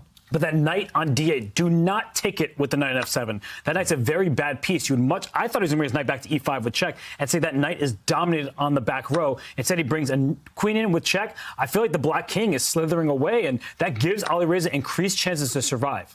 Yeah, and it feels like Erigaisi, the nerves are kicking in. He's giving a few checks to gain time on the increment. Knight on d8 now. Yeah, he's attacked the diagonal. This check can be blocked by black's bishop. The black bishop slid back to block. And still a dance between the white queen and the black king. Firouzja leaning back, though, and... It's over. He won a piece. He won a piece. The black king now cannot take that white knight because then you lose your bishop. And Erigaisi, we almost missed it there, but spun it in his favor. And there's no check on the white king. The black king overloaded, and this is just game over. What a finish, and there we have a result. We've got 2-0 by Arjun. He takes a massive lead. Wow, Arjun Erigaisi, what a player. He goes up by 2 points, and that means Alireza-Firouzja, he's going to be in a must-win situation in Game 3 to have a chance of winning the match. What a day he's having. Arjun Erigaisi winning Game 2. I did see Magnus Carlsen, he did as well win game number 2, going up 2 points in his match. And is Hikaru Nakamura about to do the same? And this is not the position from this game. This is the position from Game 1 of the day. Oh. So hopefully we can get an update, a refresh on that board. It looks like, okay, Hikaru leaning back. He did just take the win. And hopefully we'll get a chance to see the final position there. But I can confirm Gukesh has just resigned in that game. It was a similar final position where Hikaru Nakamura won in an endgame. So the game lasted quite a while, but 2 games in a row, it's all Hikaru. Wow. So we have 3 players now up by 2 points in their matches. Some incredible chess going on today in the Airthings Masters. We did follow Game 2 with Arjun Erigaisi and Alireza-Firouzja. Can you give us the highlights, David? How was Arjun able to win that game? Yeah, I just want to show a few moments because it went so quickly at the end. It was fast, it was furious, and it all started around here. Firouzja actually spotted a really cunning tactic as black. We knew he was a pawn down. We knew the black king was in some danger, but he spotted he could grab this f2 pawn, this white f2 pawn, because the white queen cannot step back and capture. Suddenly the white bishop would disappear. Everything would be equal and Firouzja would save the game. Instead, Erigaisi went on the counterattack. He took a pawn near the black king. The black bishop retreated, and we were saying there are a bunch of checks here, very tempting checks, but don't trade off pieces. Don't trade the knights. That would lead perhaps towards a draw. And with a bunch of clever checks, Continuing to chase the black king, he found this maneuver, checking the king on the diagonal. Maybe Firouzja's mistake was to not go this way. I'm surprised he didn't run towards safety on this side of the board. Instead, he stepped towards the center, and after a few more checks, we see the killer blow. A queen check on f5, hitting the king, hitting the bishop, and when the king defended its bishop, suddenly knight takes knight, no salvation anymore. Black has 0 checks, no way to counterattack, and if the black king takes the white knight, the bishop falls. Game over, Erigaisi 2-0 up. This whole concept of just bulldozing the black king, jumping in there with the queen, and making sure the rook comes in with a ladder mate is everything this chapter is about. Everything this chapter is about. The point is, I don't want you to get a move that's not in the course and go, I don't know what to do. I don't know what to do. 92% of games get to this position. From this position, white is winning about 60-70% of the time. And I think if you learn these lines, that very easily could be 75% or 80% for you.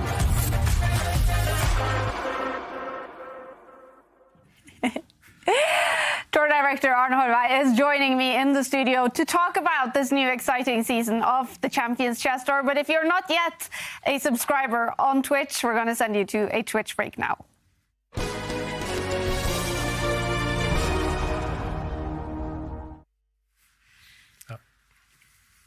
I still call you tour director, Arne, but you actually have a new title. What is it? It's very long. It's very hard to say much, but I'm here now as the head of Champions Chess Tour production. Head of Champions Chess Tour production. It is the first day of the Airthings Masters, the event, the first day of the 2023 season. How are you doing? Are you excited? I'm so excited. Yeah. It's so amazing to finally be on the road again with this new exciting format in this new environment that we're part of now. So this is really cool. Yeah, and there's so much new stuff to the Champions Chess Tour. What is the idea behind the whole new format? The idea is to take the best from both worlds, from the Play Magnus world and the Chess.com world.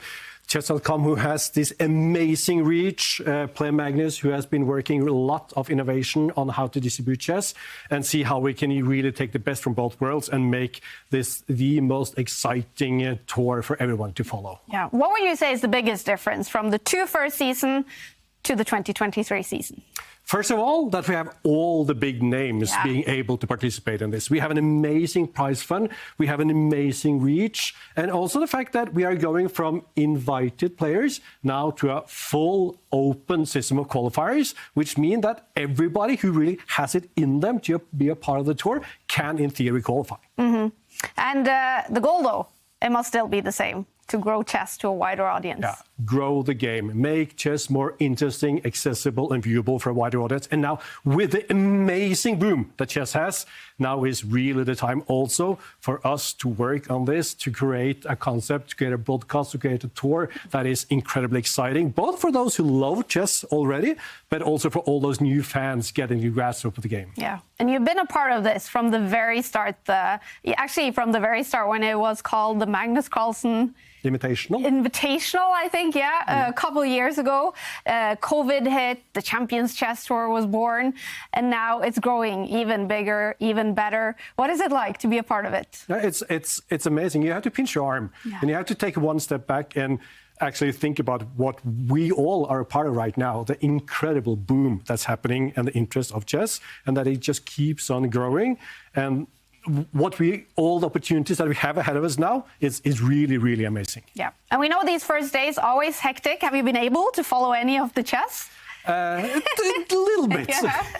What do you think about the level, the action the players are bringing so far? It's really cool to see. It's so many new elements now in the first day of a broadcast that there's a lot of things to put together to make sure everything fits.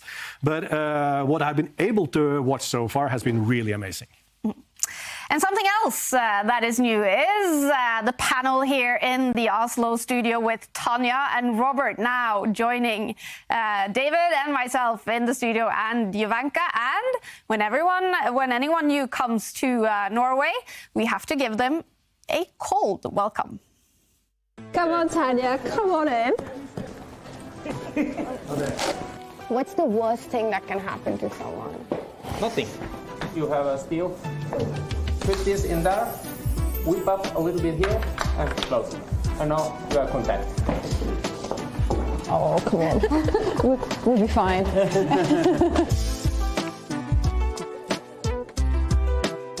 Welcome to Oslo, the home capital of the world's best chess player, Magnus Carlsen. I feel like Bambi on ice, but we've got no excuse. We're going to win. Team England. Team England versus Team Global. We're going to challenge you guys in a cross-country relay. Go! Oh my God.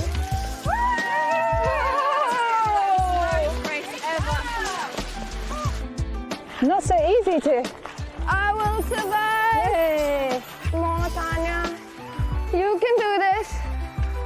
Go on, Yobi. Coming home. Tanya, you got this. I'm like the Terminator. I'm coming up. Oh my God, I got this help.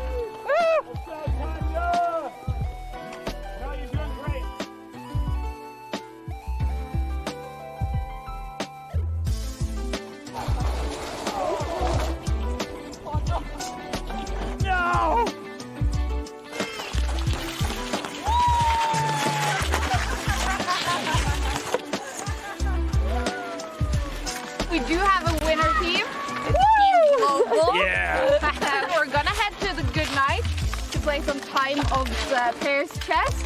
I just want to say, everyone, sorry, Ivanka. I let the team down. I was a disgrace. So we're done with the skiing. Robert and Tanya did take the win, but now we're back in our natural habitat at the Goodnight Chess Pub, and Ivanka and I, we have a chance for revenge. Just castle king safety. So sneaky. This is quite personal. Oh my God. What is that? Sorry, baby. I like my bishops. All right, we got this, we got this. We got this. How? Okay, nice move. I like it. Under pressure. Yes. Oh. Fine. The good night! The good night! What a game! If we'd gone the other way, if we went, I'm over here still. Yeah. Sorry. It's okay. Queen C6 is so tricky. Yeah. Oh.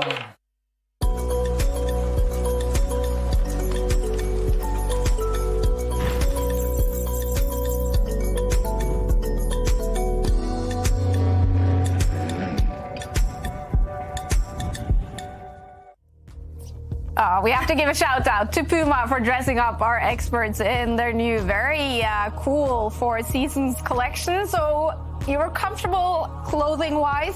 How did you feel on those skis, Tanya? I was petrified.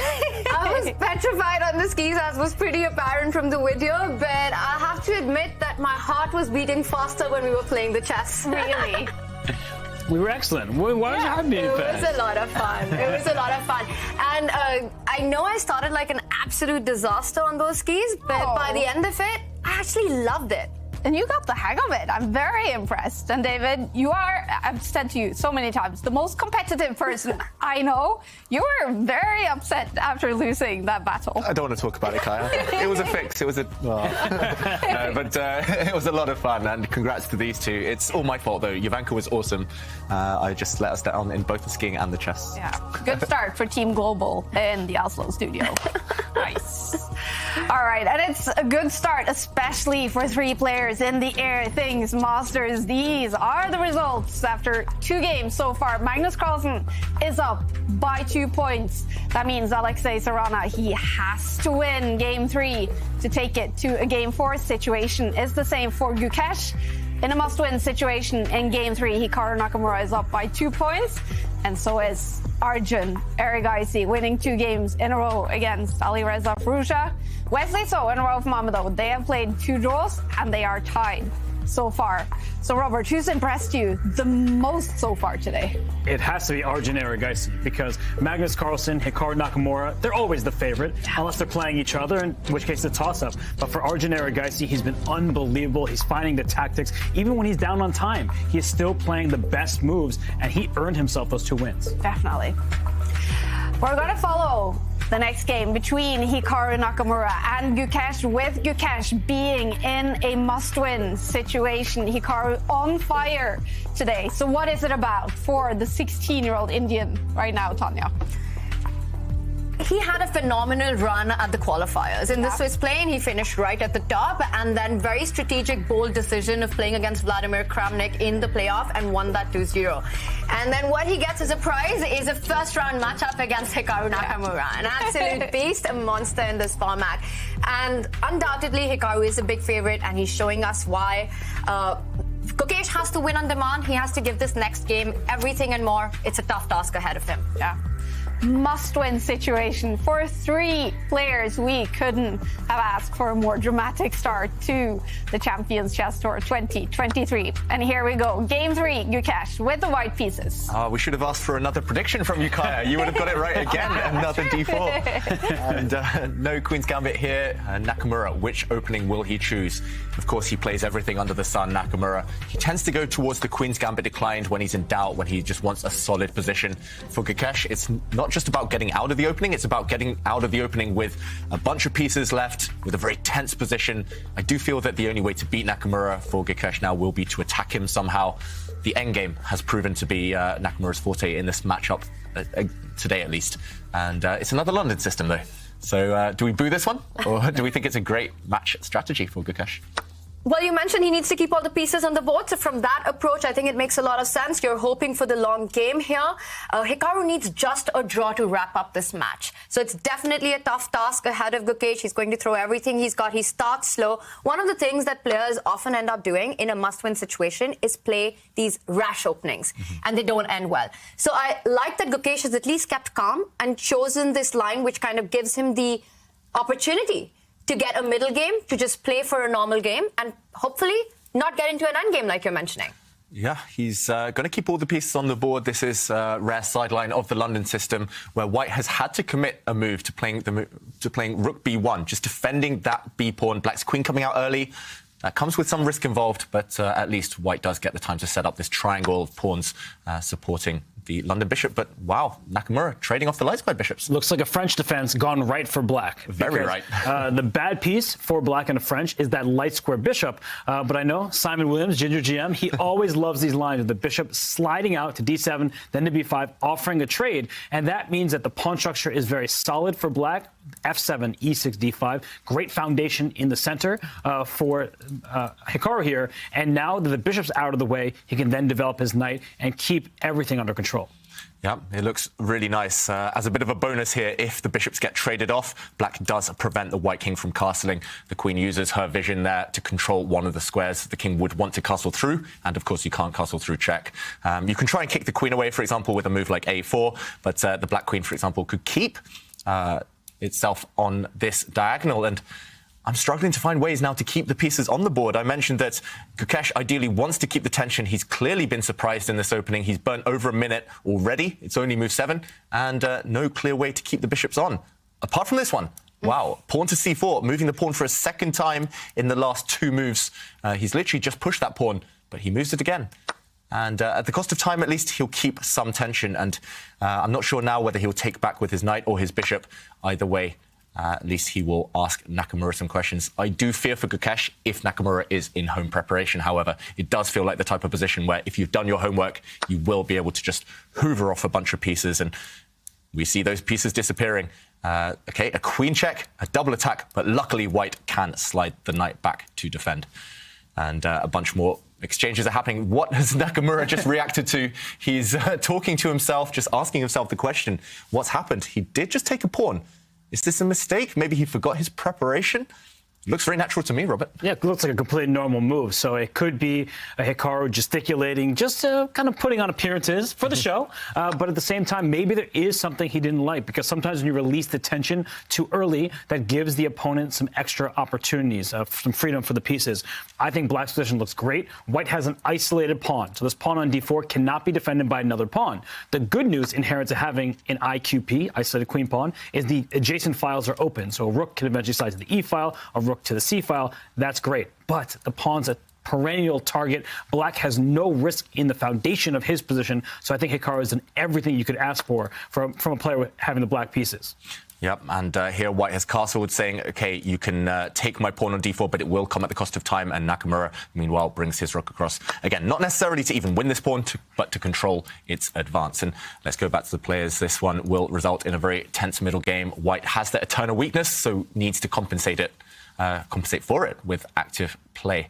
Meanwhile, Gukesh trying to kick the black queen out of his camp, saying, get out of here, you've done enough, you've caused enough nuisance so far. And maybe Nakamura could grab this pawn in the centre next move if he's feeling greedy. Remember, a draw suits him, though, so plenty of solid moves, solid alternatives at his disposal as well. Okay. 3 players are in must-win situations in this round of games. Gukesh is one of them. Can we see that in the way he has started this game, that he's just going all out? Yeah, I would say yes. He's going for the London system. He's trying to keep pieces on the board, but Nakamura hasn't really allowed him to. There's been a trade of 2 sets of pawns, 1 set of minor pieces. Gukesh, I think he goes all out in every game, Kaya. That's the thing about him. It's hard to tell when he's playing solid. I don't think I've ever seen Gukesh play solid. He's always very ambitious, and that's why he's already reached the upper echelons of world chess at such a young age. And there is a question there. What do you guys think about Gukesh's opening choices, Robert?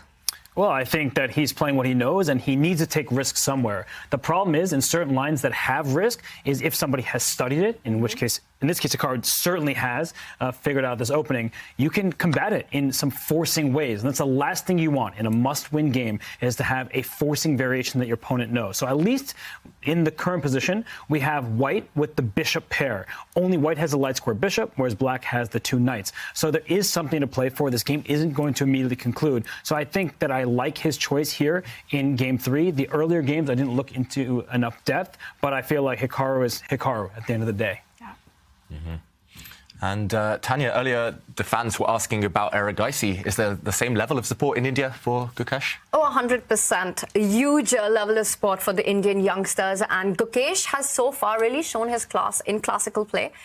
We had his breakout performance during the Olympiad. Oh, wow, what a phenomenal tournament that was. But after that, he had a couple of disappointing results. Even the Tata Steel was his debut, but it was a lukewarm performance, at least by the standards that he sets for himself. A huge learning experience. We haven't seen Gukesh as much in rapid and blitz. We haven't seen him that much in speed chess, which is what made it even more impressive, his run in the qualifiers. So playing against Hikaru here, I think this is a lot to do with experience. We were talking about opening choices. I like that he's gone for the initiative. He doesn't mind giving up that d4 pawn for keeping Black's king in the center. We see a developing move there by Hikaru, not getting greedy in the center. He had no time to do that, allowing checks on the b5 square. g3, a nice solid move. Eventually what White wants to do is start pushing the b pawn up the board. You want to go b4, you want to get b5. Now the rook is on c1. It's x-raying that queen on c7. So as far as opening choices are concerned, I think in a win-on-demand game, Gukesh has done it right so far. Yeah, it's hard to get a big advantage against these top guys in the world from the opening, but he's got all the pieces still on the board, most of the pieces still on the board, and still a lot to play for. Meanwhile, how are you guys feeling? Because we can see the air quality in the studio here in Oslo. We should be feeling good. We should. Lots of green there. I'm feeling great, and lots of green next to me because Tanya, she wore the good color today, and I feel like, you know, you can't win them all. And India, right now, 2 players in the top division, but you should be pretty happy. Arjun Erigaisi, he is taken down, at least in the first 2 games, Erigaisi-Firouzja, and Gukesh has a chance here in game 3, even though Nakamura's position is very solid. And this is why you're glad that this is a double elimination bracket. Yeah. I mean, there are so many Indian fans here rooting for Gukesh, rooting for Arjun. And even if Gukesh has a tough start in this match, it doesn't mean the end of the road for him. He still has one more shot at the tournament. Yeah, so he's guaranteed to be here tomorrow, no matter what. Definitely. And meanwhile, Gukesh is throwing those pawns forward before it's too late. He throws his pawn forward to before. I messed up that pun. Okay, he's played b4. And he's trying to push even further forward to dislodge those black knights. And yeah, for Nakamura, you're rock solid. You're controlling the square in front of the isolated pawn. Black's knight on the d5 square looks fantastic. You never really want to trade that off if you're Gukesh either, because it will come at the cost of your beautiful bishop pair. But the question for Nakamura is whether you just stay solid, curl up into a ball, cover all your squares, which he's doing right now. The black queen also very passive. But yeah, what next? And I think that's the question for both players, perhaps. Does Gukesh just continue advancing his pawns maybe on both flanks, on both sides of the board, to try and create some weaknesses, use maybe some pawns as a battering ram? Or do both players just sit and maintain the status quo? It's a very tense position, open to interpretation in terms of plans. And I'm still slightly biased because I love playing against isolated pawns. But yeah, Gukesh, bishop pair, nice pieces, perfectly placed pieces. It's just about, yeah, the next step. Yeah, and a draw is not enough for him. He has to win this game. It's never easy against Nakamura, gotta say. Sorry, go ahead, Tanya. That's the biggest problem, that, you know, he's done everything right in this position. All the pieces are playing, but what is the next move? How do you improve an already very improved position here? The advantage that white does have in return for that isolated queen's pawn is the double bishop pair. But how good is that with that bishop on e3 just playing such a big defensive role? And Kaya, as you mentioned, a draw is not enough. At some point, you have to start taking risks. And here, Gukesh is showing what his intentions are. He wants to try and set up a battery along the b1, h7 diagonal. He is trying to target that h7 weakness. Ideas of h4, knight g5, really hitting that soft spot on h7 come to mind as well. So Gukesh now trying to build that uneven playground in the middle game. Yeah, and we saw it work really effectively for Magnus Carlsen in game one of the day, going for that h7 pawn. It happens in a bunch of different openings. That pattern is very, very important to remember. If black ever does try and blunt the effect of this bishop, then I think the second plan you mentioned, Tanya, that will come on the board very, very shortly. I don't think Gukesh will hesitate from throwing this pawn up the board. You can often just step forward with the white king as well and slide the rook behind to propel it even further. So still some ideas. I do expect Hikaru here to rotate his knights, as he likes to say on his stream, to maybe drop this knight back and try and bring it to a more active square. Maybe, for example, then he could start trying to trade off some pieces, trade off some rooks. Black is still, defending everything, covering everything. But Gukesh is hinting at an attack, making Hikaru pause. And that bishop on e3 isn't really doing all that much. So there's no rush for Hikaru to take that bishop on the e3 square. Because as soon as you do, white captures towards the center with the pawn on f2. And once that happens, look at the quality of the bishops. We keep talking about opposite color bishops. The bishop on d3 staring all the way across towards the black king, but also can move one square forward to put pressure on the black queen side, whereas the bishop on f6 staring into a brick wall, a defended pawn on d4. So that I don't think would be the best transition for Nakamura. Yeah, definitely something not to rush with.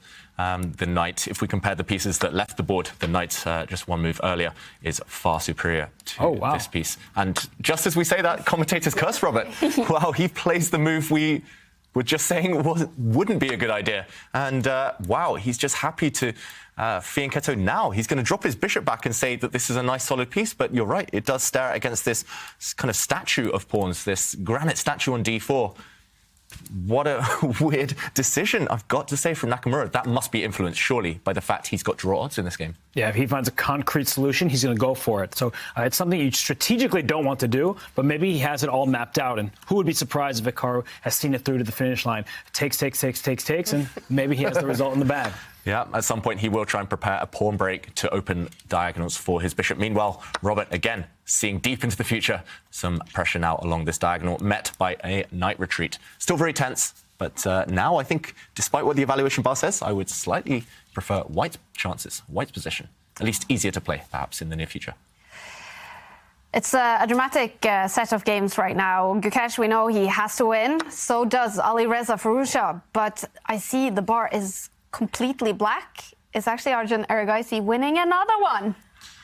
Yes, just looking over at that board, and it looks like Firouzja's taking some huge risks in the opening. It's already moved 15 there. White's king is stuck in the center, hasn't castled. He's barely developed any pieces, and Erigaisi looking in top form right now. And then Magnus Carlsen, he as well, with a draw or a win in game 3, will take the match, and the bar is saying he is winning. Is that the full story?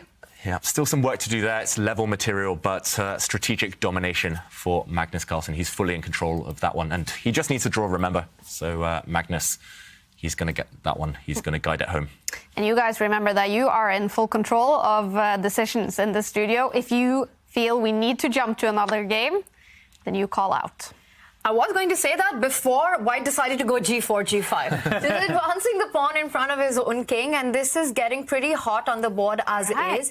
And Gukesh, of course, has to win on demand to keep the match going, and he's doing everything he can to get a game. I like this move, queen to B5. It is towards the queen side, but what you want to do is get further into your opponent's camp. He's eyeing that D7 square from where he can hit the knight on E7. He can hit the rook on C8. The B7 pawn is soft. So Gukesh here really creating his chances. Yeah, he's going for it. This is what he needs to do. He needs to create some imbalance. There's already the opposite colour bishops, which doesn't necessarily help long-term winning chances. So he has to create direct threats. I like it, Tanya.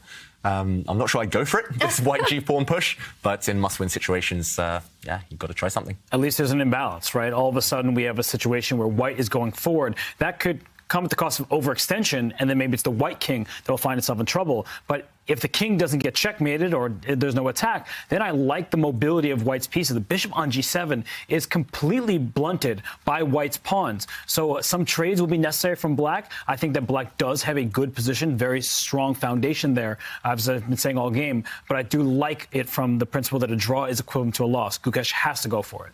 Yep. He has to go for it. And Nakamura, for the first real time in the game, he's in the tank. He's trying to figure out how to kind of neutralize the pressure here. I would just maybe move the pawn that's under attack. I don't see too many active choices for black right now. And still solid, very passive, especially the black minor pieces. But Nakamura, I think solidity is the keyword right now for his position. I'm also looking at the other games, a bit distracted here because it does look like Erigaisi's found a really powerful move in his game. He's going to take that one home to victory soon. But Nakamura here making some faces. Not entirely happy, it feels like, with his position, but he knows he's still done nothing wrong. So he shouldn't be punished yet by Gukesh's really ambitious play. And we know we shouldn't believe the expressions that Hikaru gives 100%. They can be super deceptive. He needs just a draw. So, of course, there's a lot of margin here for Hikaru. But Gukesh creating his chances. I'm also keeping an eye out on the Arjun board. What a move by Arjun, David. And we can perhaps jump to that game because it's a big moment for Arjun. All right. We're going to do that then. Arjun Erigaisi has been crushing it today, winning the first two games against one of the very best teenagers in the world, Alireza-Firouzja. But the bar is saying he is winning another one, Arjun Erigaisi. So we're going to head over to that game.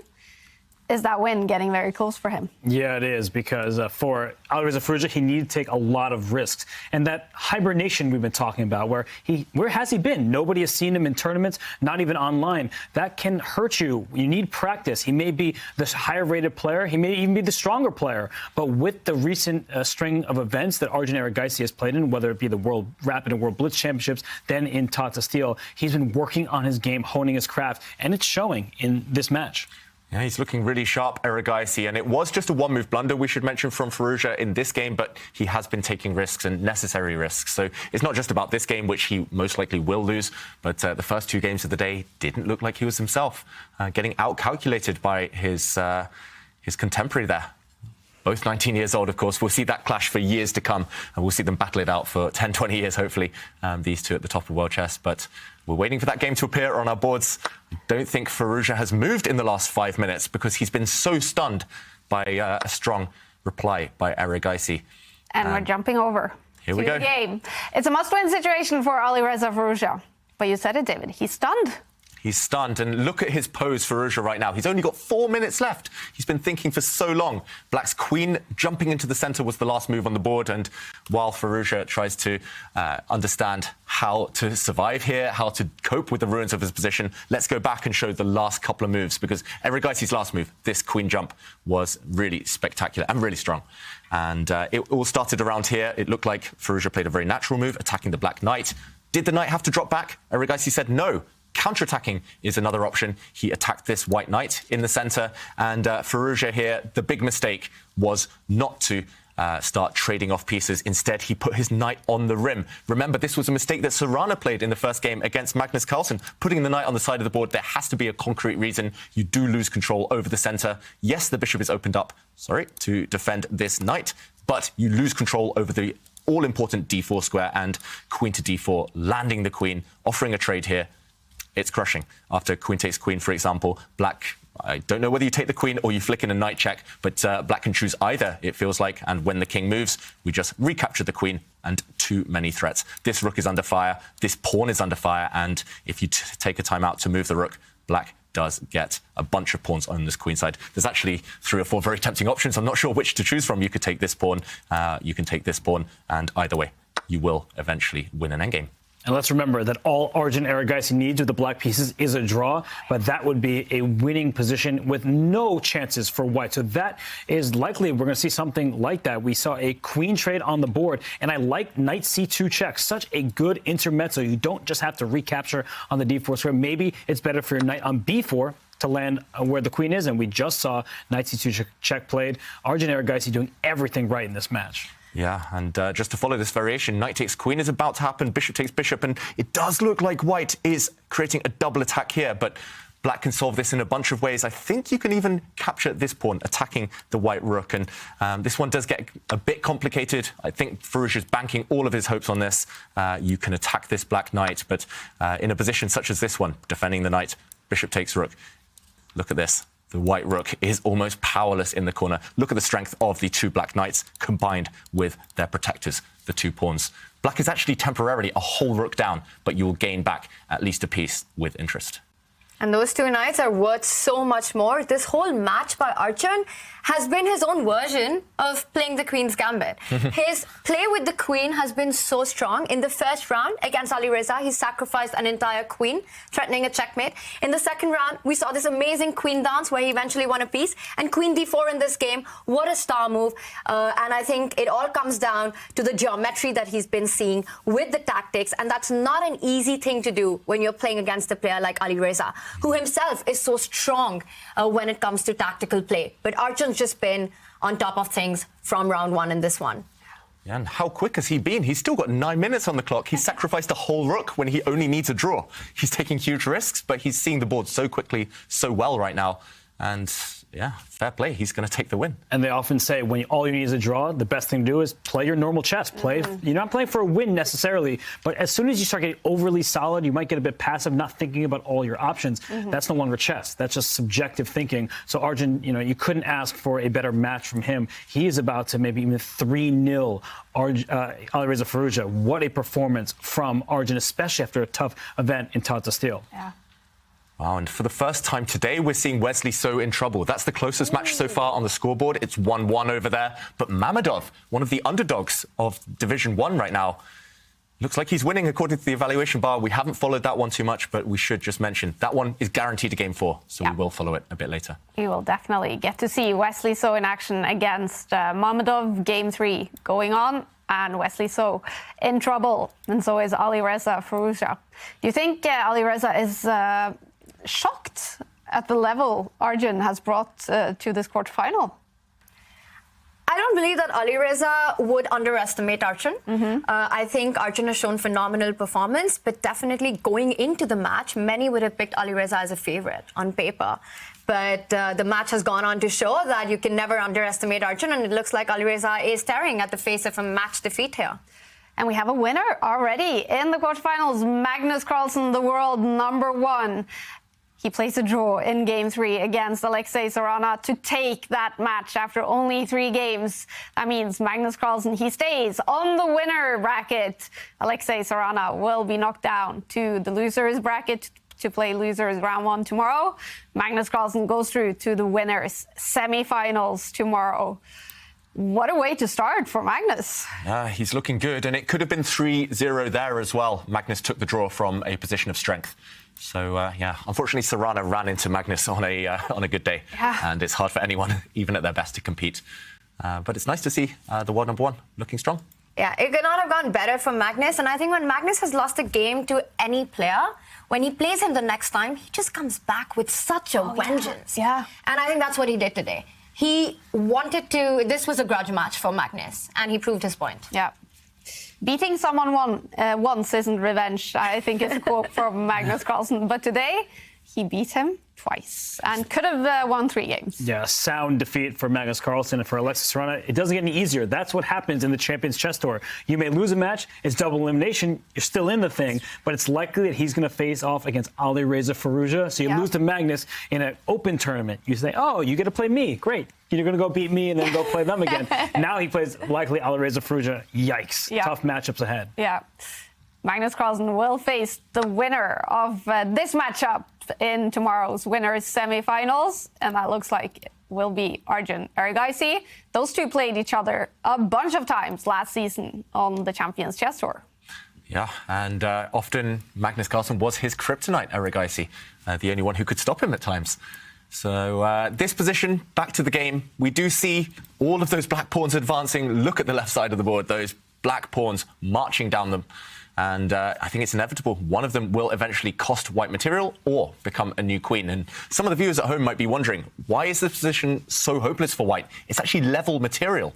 White has a rook, black has a knight and 2 pawns, but it's just the pure domination, the pure control that black has on the queen side.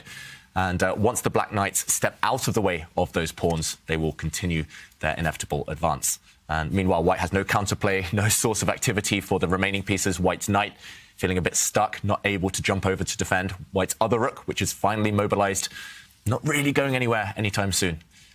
So with a bit of care, with a bit of control, such as this last move, using that pattern that Robert used earlier, pawn dominating that white knight.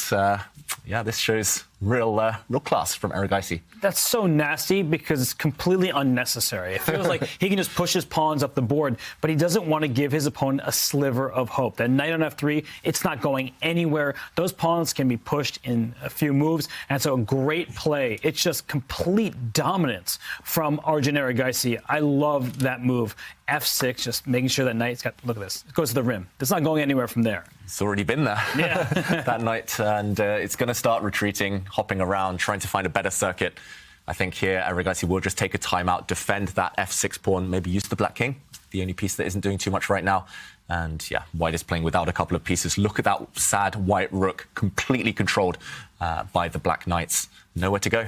And this one should be a matter of technique, as they say. It's also 30 seconds against 6 minutes, which doesn't help at all. I was looking at Nora there with a coconut drink in Panama. That looked so nice. Jealous at all? Yeah, a little bit. It's quite cold in Norway, as you guys now know. It's not looking warm on the position for Firouzja either. Look at this knight retreating, struggling to find a way back into the game. It's just really tough. It's been a really hard day for Firouzja. Yeah. Super hard. And he's got knight g2. He wants to find a way to the center of the board. He wants to come on to f4, d5, try and create pressure on f6. Also make sure that black's pawns on the queen side find it difficult to advance. It is winning for Arjun, but he needs to show some good technique here. He needs to find a way to push those pawns. It's not over till it's over. And I still think there's work to be done here, guys. Yeah, sophisticated move, though, from Erigaisi. That black rook landing in the center of the board. Again, controlling any knight jumps, stopping the white knight jumping in. And wow, Erigaisi, blow after blow, tactically so sharp today. This move shocked me, I've got to say. At first, it looks like this pawn can simply be captured, but Robert, I think that's a tactical justification. Yeah, so that pawn is captured. Black will not recapture on c3. The knight will drop back to b5. And you may think, oh, why don't you just give me your pawns? But there's knight c3 check, and it forks the king and the rook. That will scoop up material for black. So this is a devastating tactic in Arjun's favor. He is seeing everything. He's being preemptive. He's making sure the white knight couldn't get anywhere. And now he's deciding to pounce when the moment is right. Yeah, and now simply this knight is going to capture this pawn. It's not a fork this time because the white rook moved, but it's simply a check, driving the white king further away, and these pawns are just going to start rolling. You can push them now, you can push them later. It's going to be inevitable, impossible to stop them now. And Firouzja is now playing with seconds left on his clock to save this game, to save this match. It's looking hopeless for the young Frenchman. Yeah, you can tell body language. We sometimes read into it, sometimes we have to ignore it. But here, Firouzja knows that no chance. 12 seconds. It's just been one of those games, one of those days. What's gone wrong for him today? Is it his own fault, so to speak, or is it just Arjun who's been crushing it today? Arjun's been on fire. Yeah. He's been tactically alert. He's played great prophylactic move, stopping his opponent's activity. He's shown great technique. Even this one, just in 3 moves, getting a winning position, the A-pawn marching down the board, all those ideas with the queen that we saw in the earlier games. Just brilliant play from start to finish. He was never in the back foot. He was never worse throughout the match.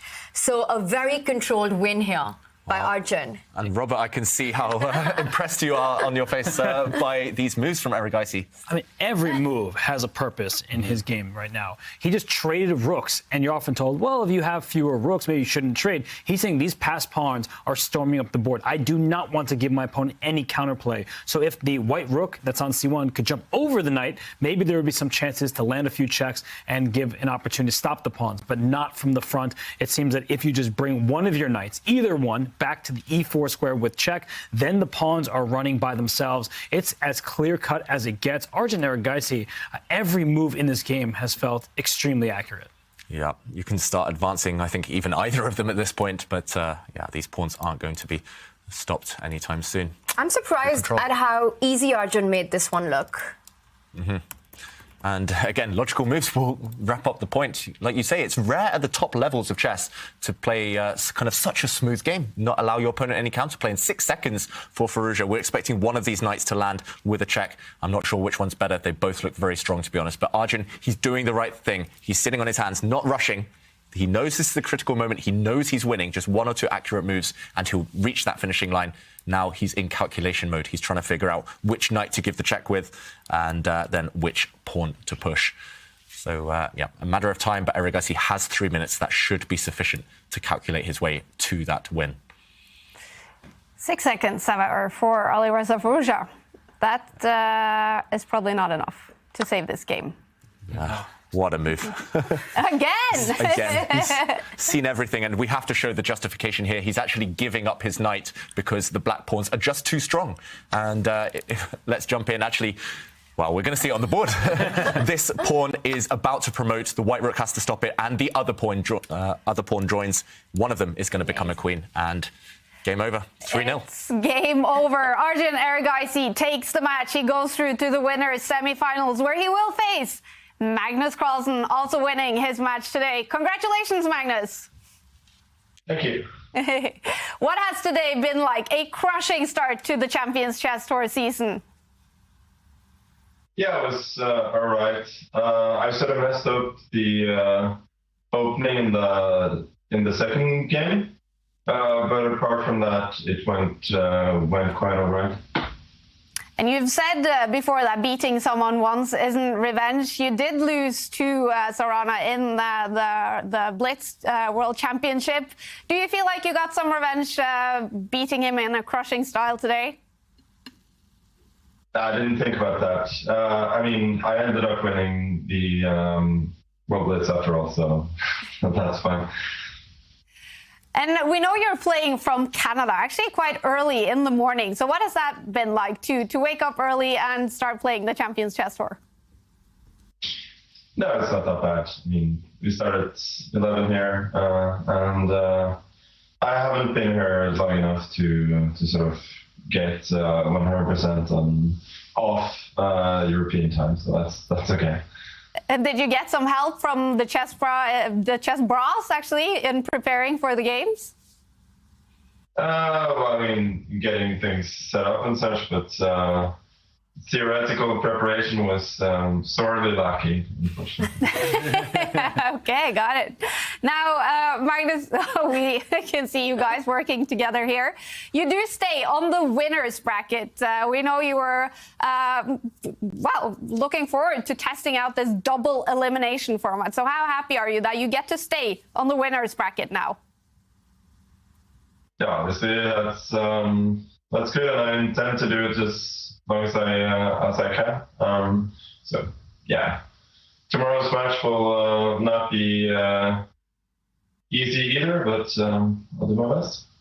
And Magnus, you're a huge sports fan. What do you think of the jersey on the wall behind you and the other sports memorabilia sitting around there? Yeah, it's nice. I don't know as much as I should about hockey though, so I'll have to learn. And tomorrow, Magnus, winners semifinals against Arjun Erigaisi, someone you played so much last season on the Champions Chess Tour. What's going to be your plan against Arjun? I haven't really thought about it. I'll take him one match at a time, and I thought it was probably more likely that I'll play Erigaisi instead. But yeah, Arjun is very strong at his best, as he showed today. So both easy. Yep.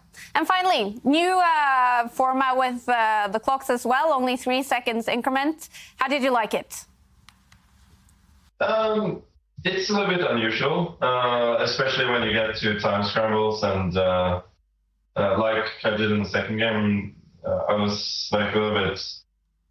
It was a bit unusual for me that I wasn't actually able to think much. I just had to play on instinct there. So I think it will take a little bit of time getting used to it, being more of a sort of a pure blitz finish than I'm used to, but it's fine. All right. Well, Magnus, big congratulations on a great start to the season, and best of luck tomorrow. Thank you. Thank you for joining us. Magnus Carlsen is one of several players already ready for the winners semifinals. He's going to play Arjun Erigaisi, and we have to get caught up on results. We do know Arjun Erigaisi has won his match against Firouzja, and Hikaru Nakamura. A draw in game 3 means he is also ready for winners semifinals.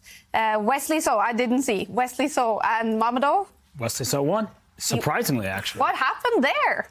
He turned it around. He was dead lost. It looked like he could barely move a piece at some point. Mamedov in full control, but Mamedov cashed it in at the wrong time, went into an equal endgame and got outmaneuvered. Wesley was too strong in the latter stages of that game. So Wesley So is in the lead heading into a game 4 in that one. Do you now hold him as a favorite to win that match before it even goes to Armageddon? I don't think that anybody is envious of the task of beating Wesley So. He's one of the most solid players on the planet, so good luck to Ralph Mamedov, because Wesley does not relinquish the lead very often. Yeah. And we have 3 matches finished now, Tanya. I mean, how surprised are you that 3 players have been actually able to crush their opposition today? I think it's a surprising result for sure. Sarana going down in just 3 games. Hikaru winning in 3 games, I think it's still believable. And then Arjun, that has been the most impressive for me in this one. Magnus mentioned himself that he was actually expecting to play Alireza in the next one. Yeah. Incredible. David, we didn't get to follow Wesley So's third game here, which was a win. Can we take a look at it? Yep, let's try and jump in at the crucial moments. And it was around here that Mamedov took control. He spotted this cool tactic, I must say, after the pawn to g5. He grabbed a pawn on b2. Black is material down. He's the exchange down, rook for bishop. But this bishop is now poisoned. If the white queen takes it, then suddenly the black pawn pushes, and 2 threats, unstoppable threats. 1, making a new queen, but also checkmate on the g2 square. Later, he just got outmaneuvered simply, Mamedov. He cashed in at the wrong moment, and in this endgame, knight versus bishop, Wesley survived to this point, and it was eventually the h-pawn that won him the game. The black king moved, the h-pawn started rolling, and Mamedov panicked. He couldn't deal with its advance. So Wesley turning it around, but with a bit of luck on his side. Looking for a new way to learn chess? Meet Dr. Wolf, the ideal chess coach and companion. Play against Dr. Wolf as he explains everything step by step, points out strategic ideas, and alerts you to your mistakes. Train with him and go over your past mistakes until you master them. Choose from over 35 lessons created for all skill levels. No matter your level, everyone could use a coach. Download Learn Chess with Dr. Wolf for Android or iOS devices today. So much action already today. 3 matches finished after only 3 games. We're going to take a look at everything that has been happening. But if you're not a subscriber, here's the Twitch break.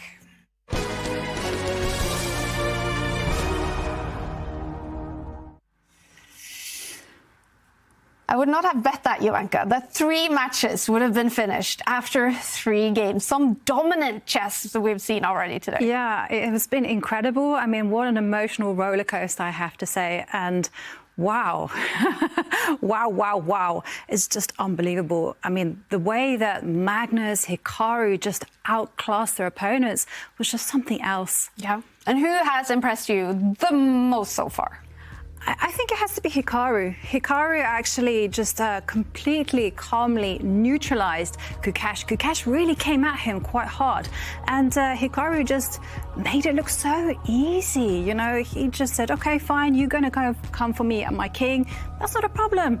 I'm simply going to repel it and just win material. Yeah. Win it in the endgame. And then also Arjun Erigaisi winning 3 games against the super strong Erigaisi-Firouzja. He now goes through to face Magnus Carlsen in the winners semifinals tomorrow.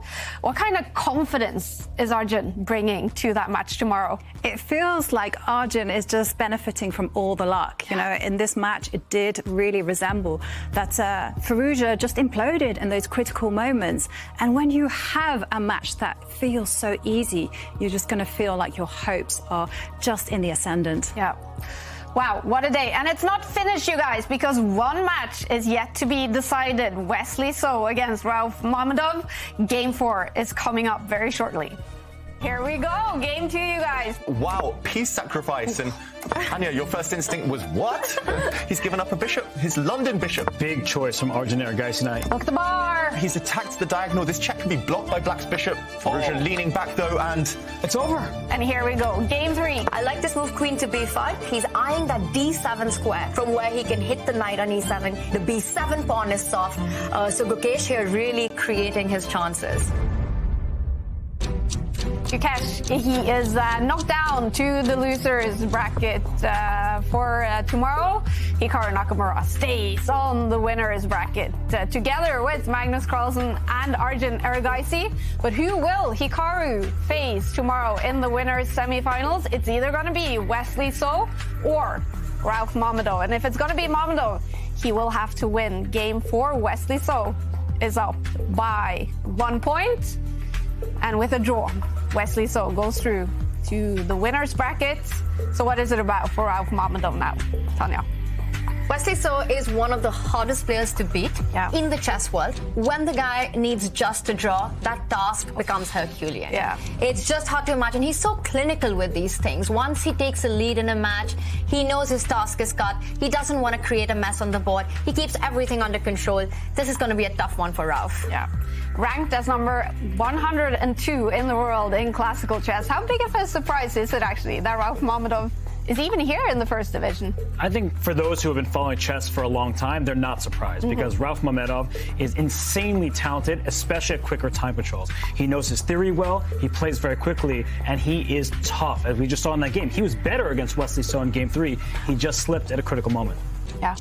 And what's it going to be about for him now? He's going to have to win this game to take it to an Armageddon. What do you expect from the game, David? It's going to be tough. It does depend on the opening. Mamedov is very, very dangerous with the white pieces, as Robert says. He knows his openings inside out. He needs to catch Wesley off guard, take him out of his comfort zone as early as possible. If Wesley gets a solid structure, a solid position, maybe a simplified position, like an endgame, then I think there won't be any chance. So Mamedov, he needs to keep it complicated and go on the attack. He's done it before. He did knock out Nakamura-Gukesh from the play-ins.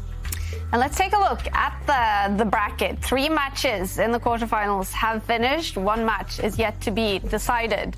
And the winners from the quarterfinals go through to the winners semifinals, while the losers, they are not knocked out. They are only knocked down to the losers bracket to play losers round 1 tomorrow. We do know it's going to be Sarana against Erigaisi-Firouzja in one of those matches, and it's going to be Gukesh against either Wesley So or Mamedov. And Mamedov, he has to win now, game 4. It looks like right now we will see Hikaru-Nakamura against Wesley So in the winners semifinals tomorrow, and that's a prestigious one, must be for any American. And it's a rematch of the Chess.com Global Championship semifinals, where Wesley So took down Hikaru Nakamura to make it to the final and eventually to win it over Nihal Sarana. So you know, speaking of revenge, Hikaru Nakamura has that on his mind. I mean, already on day 2, we can get the matchup Wesley So against Hikaru Nakamura. That would be incredible. Yeah, and they've got so much respect for each other, both, of course, in the world's elite for many, many years now. They've played each other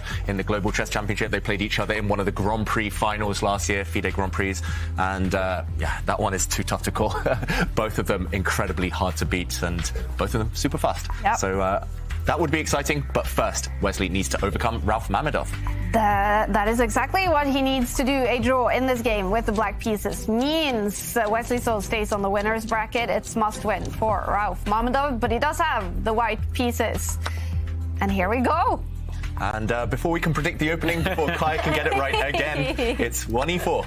And Wesley, he's not going to back down from his normal repertoire. His standard repertoire, his default setting is rock solid anyway. And I expect to see maybe the Berlin defense, if given the opportunity, one of the hardest nuts to crack in terms of chess openings. What will Mamedov go for now? It's strange to pause on move 3, I've got to say. Either you bring your bishop out, which is what nearly all top players do nowadays, or you have maybe a sideline up your sleeve. But you've got to surprise Wesley. You've got to do it now. And there are some adventurous lines in the Scotch. The problem is Wesley So plays the Scotch opening from the white side, so you're not going to catch him off guard there. We get the Italian. A slower start, but maybe there will be some tricks up Ralph Mamedov's sleeve. Yeah, at least with the Italian game, we do often see all of the pieces still on the board at move 15, move 20, and even beyond that. So going for maximum tension here, Ralph Mamedov. And it is one of the main lines of the Italian game. It will just slow down, I expect, go to a maneuvering phase. Tanya, who do you think this is going to favour? I completely understand the decision to go for the Italian. The Spanish would be a bad idea because it would allow the Berlin, as you mentioned. Scotch, not a great opening against Wesley. With the Italian, the reason that Ralph is taking time in the opening is that you have to kind of decide your own setup, how you want to place your pieces. It's all about the little pawn moves. Do you commit c3? Do you go short castle? Do you first bring out your knight to d2? What do you do with the a pawn? And all that will determine the kind of middle game that Ralph will get. All he wants to do is to make sure that he has flexibility. That is why he's chosen the move c3, always eyeing that center break on d4. He wants to first, of course, finish his development. And I'm expecting a developing move right now, bringing out the knight or going short castle. I like this approach by Ralph in a win-on-demand situation. Yep. The Italian game, it wasn't in fashion up until maybe the mid-2010s, and suddenly everyone was playing it. Suddenly everyone was beating me with it. And yeah, it tends to be a good opening in these must-win types of situations. However, of course, Wesley So vastly experienced both with white and with black in this opening. And Mamedov doesn't look like he's enjoying it on the camera, I've got to say. Doesn't look too optimistic about his chances. He still played very logical moves. Black now castling. White is super flexible. You can castle yourself. You can delay that if you want to maybe maneuver your pieces a bit further. But either way, he's got to believe in his chances in this game. Otherwise, he won't get a look in. One of the most unpleasant things in the chess world is to play for a win against an opponent like Wesley So.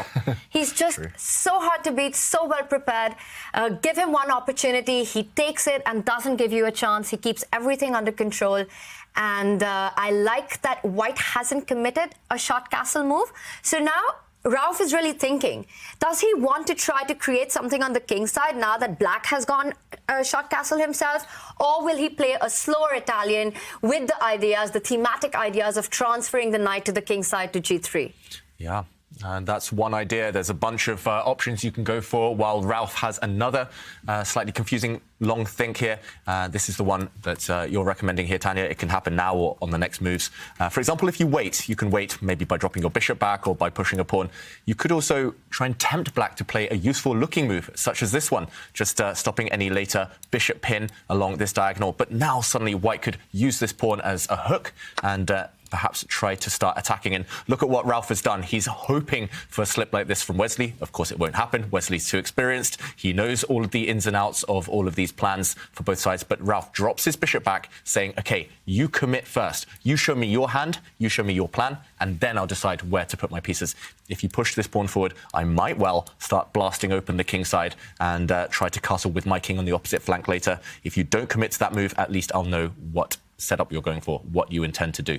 So interesting kind of mind games here, and those are the questions that Ralph especially is asking himself right now.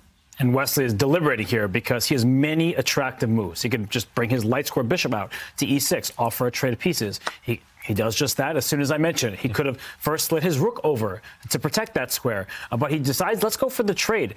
If white has just spent a turn going bishop back to b3, now bishop takes e6, it seems like you're a tempo down from the white side, so there's no fear for black opening up that f-file. Instead, Ralph castles, but I just don't feel this is the type of position he wanted. He's in must-win territory, and I truly believe that Wesley So may be the single worst opponent to play when you need to win. Magnus Carlsen needed to beat him in classical chess in Vaikunze. He hit Magnus of the white pieces, couldn't do it. Wesley was super solid, so I just think that Wesley, he's too precise, and he does not play with any risk.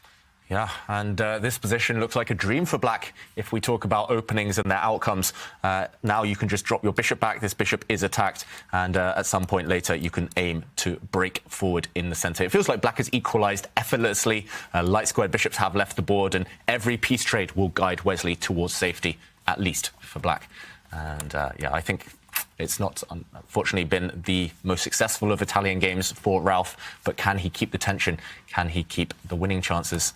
I don't think I want to face Wesley in a must-win situation. I definitely don't want to face him in this position either, because it looks right up his alley. It looks like he's well in his comfort zone. And once that bishop falls back, Wesley's already threatening to advance the a-pawn to attack the white knight on b3. So white will again have to spend another tempo stopping that idea, because if black is able to advance further on the queen side, then you get more space with the pawn jumping forward. So once I think bishop to b6 happens, white will have to make the move a4, giving black the opportunity to make that central break that we've been talking about with d5.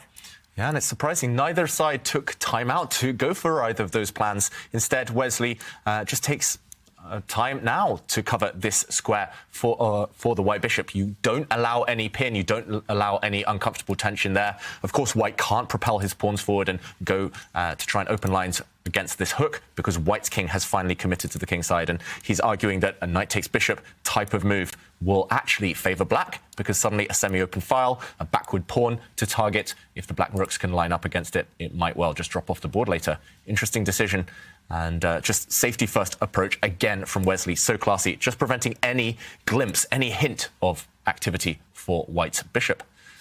And we see the pieces swapped off, though. I think that gives at least Ralph something to consider, that in the long term he has the bishop against a knight. The pawn on c5, not really a weakness. I actually consider it a strength, because white will never be able to push that d3 pawn up to d4. So what black will likely do is just double or triple along the d-file, bring the rooks to the party, and start putting pressure on that square. So I don't think that immediately white has any progress, at least not easy to make. But down the road, if white also doubles the rooks behind that pawn, maybe there are some eventual breaks, maneuvering of the pieces that can give Ralph some hope. So it's not an advantage, certainly not, but it's at least something to hope for.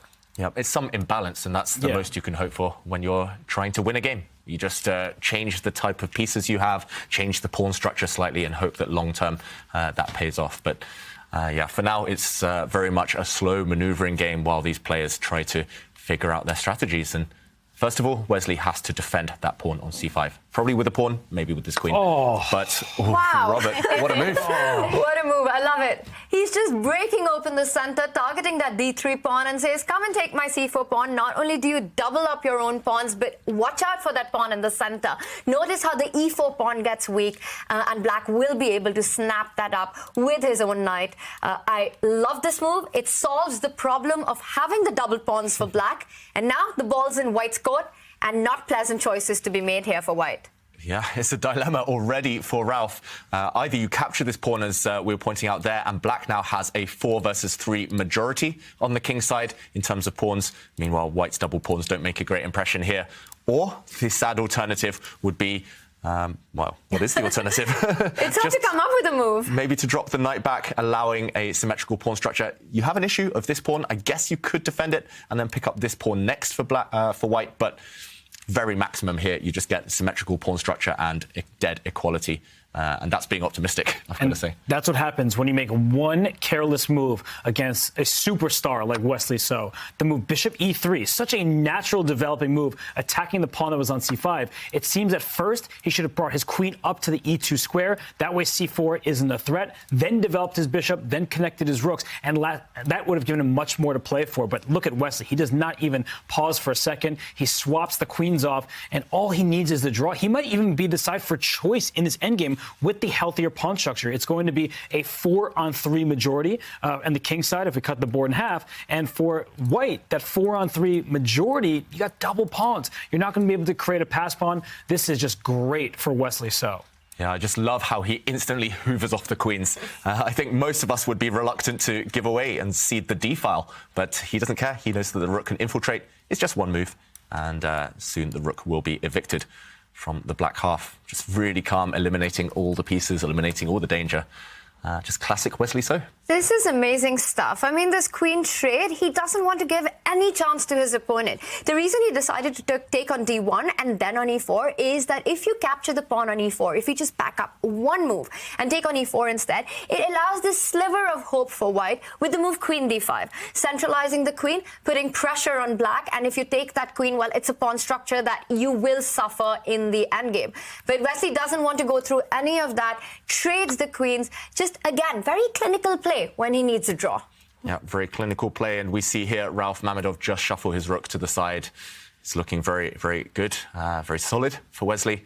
And a bunch of moves here. You can kind of protect your pawn, your knight indirectly. You can just jump back with the knight if you're scared of it being attacked in the next few moves. You could even, if you're feeling ambitious, push this pawn forward. I'm not sure how much risk Wesley So will take now.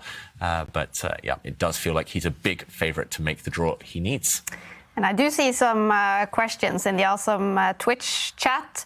If you are watching on the chess.com channel on Twitch, some people asking if this is the last game of today. And it is. If Wesley So wins this game or it is a draw, then this is actually the last game of today. But the action continues tomorrow with winners, semifinals, and losers, round 1.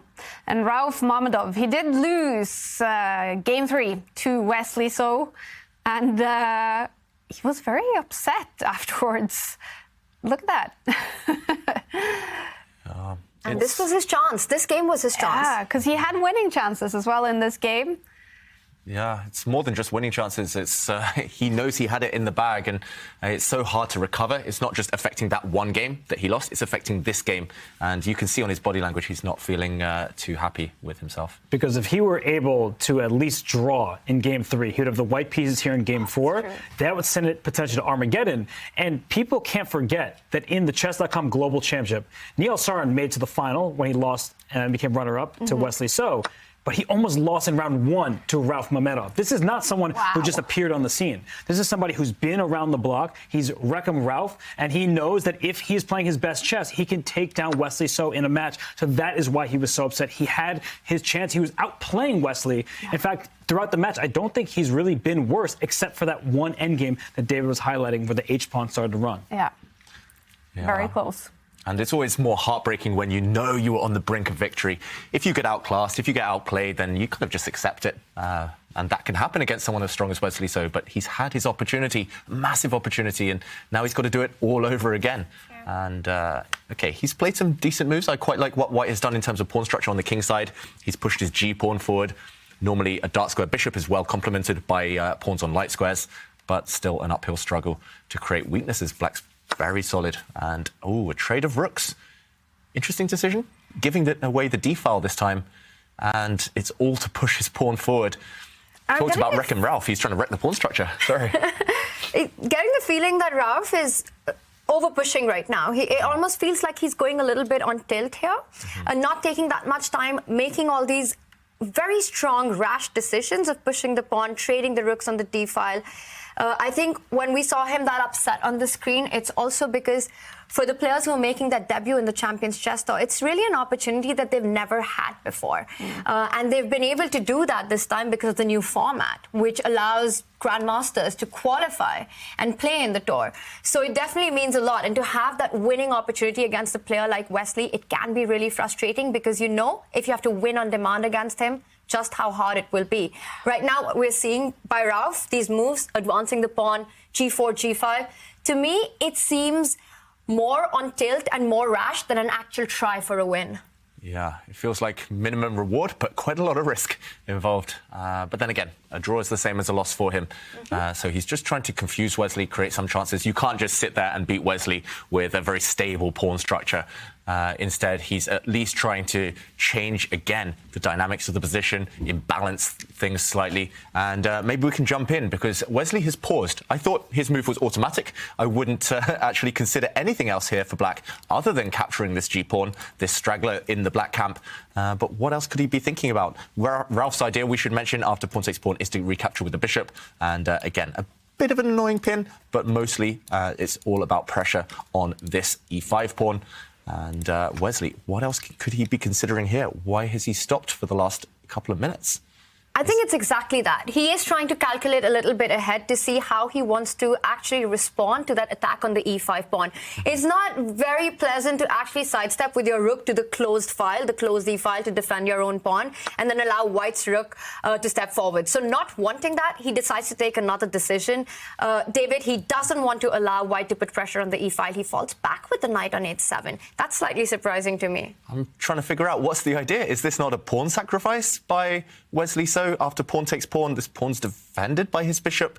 He answers your question. We're all looking confused. Okay, Robert. I think I understand it. So even though objectively it seems it was a mistake, if we just go back, if he had indeed captured on g5, and that rook e8 was the follow-up after bishop takes pawn, and after bishop takes f6, g takes f6, we see the evaluation bar. If you get to this position on the board, it says, it's level, not a big deal. But there is this outside pass pawn, this h pawn that black needs to stop. So in certain endgames with pieces getting traded, white may just be winning. So what Wesley is likely relying on, and what he did in the game, is he sacrificed the pawn, but said, that pawn, I'm likely going to be able to corral it and win it later, so let me just keep the remaining pawn structure healthy for black and then proceed from there. I think that it was a mistake. The other line did not look particularly scary, but at least I understand what Wesley was thinking in doing this, and he may just try to create a fortress, push his pawn up to f6, bring his king out to f7, and maybe when the time is right, he can start pushing his pawns on the king side and say that white is stuck in his tracks, no more progress to be had. Something like this, and as you say, Robert, maybe bring the knight round. Eventually, this pawn, you can go for it with your king, with your rook, maybe. It's not going anywhere for now, and black is still super solid, but being a pawn down, you want to avoid it if you can in an endgame. Very surprising. We said that Wesley, he's so solid, but yeah, here he's making a bit of a risky decision, and the evaluation bar does react. I'm not sure whether it's just because white is a pawn up, so the evaluation bar says, okay, slightly better for white right now. But wow, what a move by Rauf Mamedov. He's going for it on the other flank as well. This could be potentially very strong and a bit of a shock to Wesley. He's played b4, and this pawn is covered twice, this square, by black's pieces. For example, after a recapture, black can even take with his knight. But suddenly, white has very aggressive moves. Firstly, knight takes pawn is an idea. The rook could also swing across. I'm not sure which one is stronger out of those two. But Rauf, he's trying to give up a pawn to get a pawn back. And the more lines that become open, the more that will favour white's bishop and rook. So Wesley wants none of that. He just simply sets up that solid pawn wall in the centre. And Rauf, I think he's going to start stepping forward. Why not? This is where he has the majority. 4 versus 3, it's going to be hard to create a pass pawn here, but at least he's kicking away the black pieces. Interesting stuff. This is fantastic play by Rauf to try to create his chances. And after f6, he has the option to actually slide with his rook already to the b file. Now that the e pawn is supported, you defend your own pawn, and you want to try to push your pawns and gain space on the queen side. And with that h pawn still alive, it looks like all the risk that he was going for has paid off. Yeah. I like it. I'm starting to like it a lot for white. This pawn does tie down a whole knight after all. And, OK, he's just solidified his pawn structure with his own pawn. Looks like a bit of a kind of hesitant move, a bit of an indecisive move. But at least he has enough imbalance now to have a chance of winning this game. What do you think right now, Robert? Chances we will see Armageddon on this very first day of the Champions Chess Tour 2023? Pretty good chances. I think that this decision was one that Wesley might kick himself for. I understand it. I can get behind it to some extent because he thinks he has a fortress, an impenetrable setup. He may be down one pawn, but good luck to getting to any of the others. But as we've been highlighting, there are issues on the queen side. White does have an extra pawn on that side of the board, and black isn't just going to win this pawn on h6. That's a passer that's going to remain game, at the very least tied down some of Black's forces to it. So I do think that this game will go on for quite a while, and that's good news for Ralph and his winning chances. Yeah, it's almost as if Wesley was in a must-win situation, taking that decision, giving up a pawn.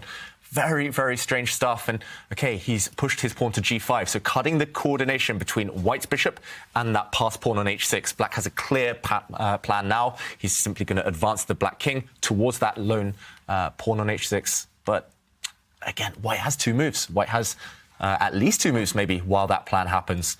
How can he best take advantage of the time that Wesley's given him? I'm still looking for ways to push on the queen side. It looked like Ralph was reluctant to do that on the last few moves. White's knight, White's bishop, a bit stuck. They need to improve. Tanya, do you see any plans here for White? I'm trying to work out if there's any way forward, any concrete moves here for Ralph. One thing's for sure, right? You've got to try and keep that h6 pawn alive for as long as you can. And the one thing that White needs to do to make that happen is to push the other h pawn. Once you go h4, you break this g5 pawn, which is stopping the connection between the bishop on e3 and the pawn on h6. So it can really stay on the board for a long time, distracting Black's pieces. And once that happens, you can try to expand on the queen side. I like the idea, and I like the move b5, kicking that Black knight away, and then advancing the c pawn further down the board, creating a second weakness on the queen side. Yeah, a second avenue for attack potentially. I'm also looking at White's knight. In this variation you mentioned, after it pushes forward, the black pawn will attack it anyway. So I'm not sure whether we flick in this move and then perhaps go here to attack this black pawn, or perhaps go towards the center. But ideally, we want to land the knight in this, on this beautiful post on e4, but it might get stopped by Black's pawn advance. So I'm wondering, do you go for it now in the current position? Here, at least it feels looser for Black to push this pawn forward to prevent White's knight getting in. It could start hopping around some really sweet, juicy squares, and he does go for this very natural move. That knight was not doing too much, and OK, he first flicks in h4 and g4, so he has opened up, once again, the protection of this pawn. Interesting stuff. I'm stunned to like his chances a lot. It's getting double-edged, but that's what you need if you're playing for a win. All of a sudden, Black is pushing those pawns forward. The f-pawn may go up the board as well. And don't be surprised if Black starts creating threats. That rook can slam down the d3 square at some moment. So White needs to act without caution. I mean, you need to play quickly, because if you just start making slow moves, like bring your king to the side to f1, things of that nature, it seems like Black will be the first to attack. The pawn h6, protected. It's safe for now, but it's not doing anything. It's blockaded. So I think that Black is ready to strike. Yeah, Black is ready to strike, and Wesley, I think both sides just need to play quickly now. They both need to throw caution to the wind and just go for it. Wesley can't just think of locking this down with a fortress. That doesn't exist anymore. Long term, White is still doing extremely well. So he needs to push pawns, maybe land that Black rook in the heart of White's camp. And Ralph there shaking his head, kind of looking up. It's as if he's still dwelling in the past. He's still remembering that missed opportunity in Game 3.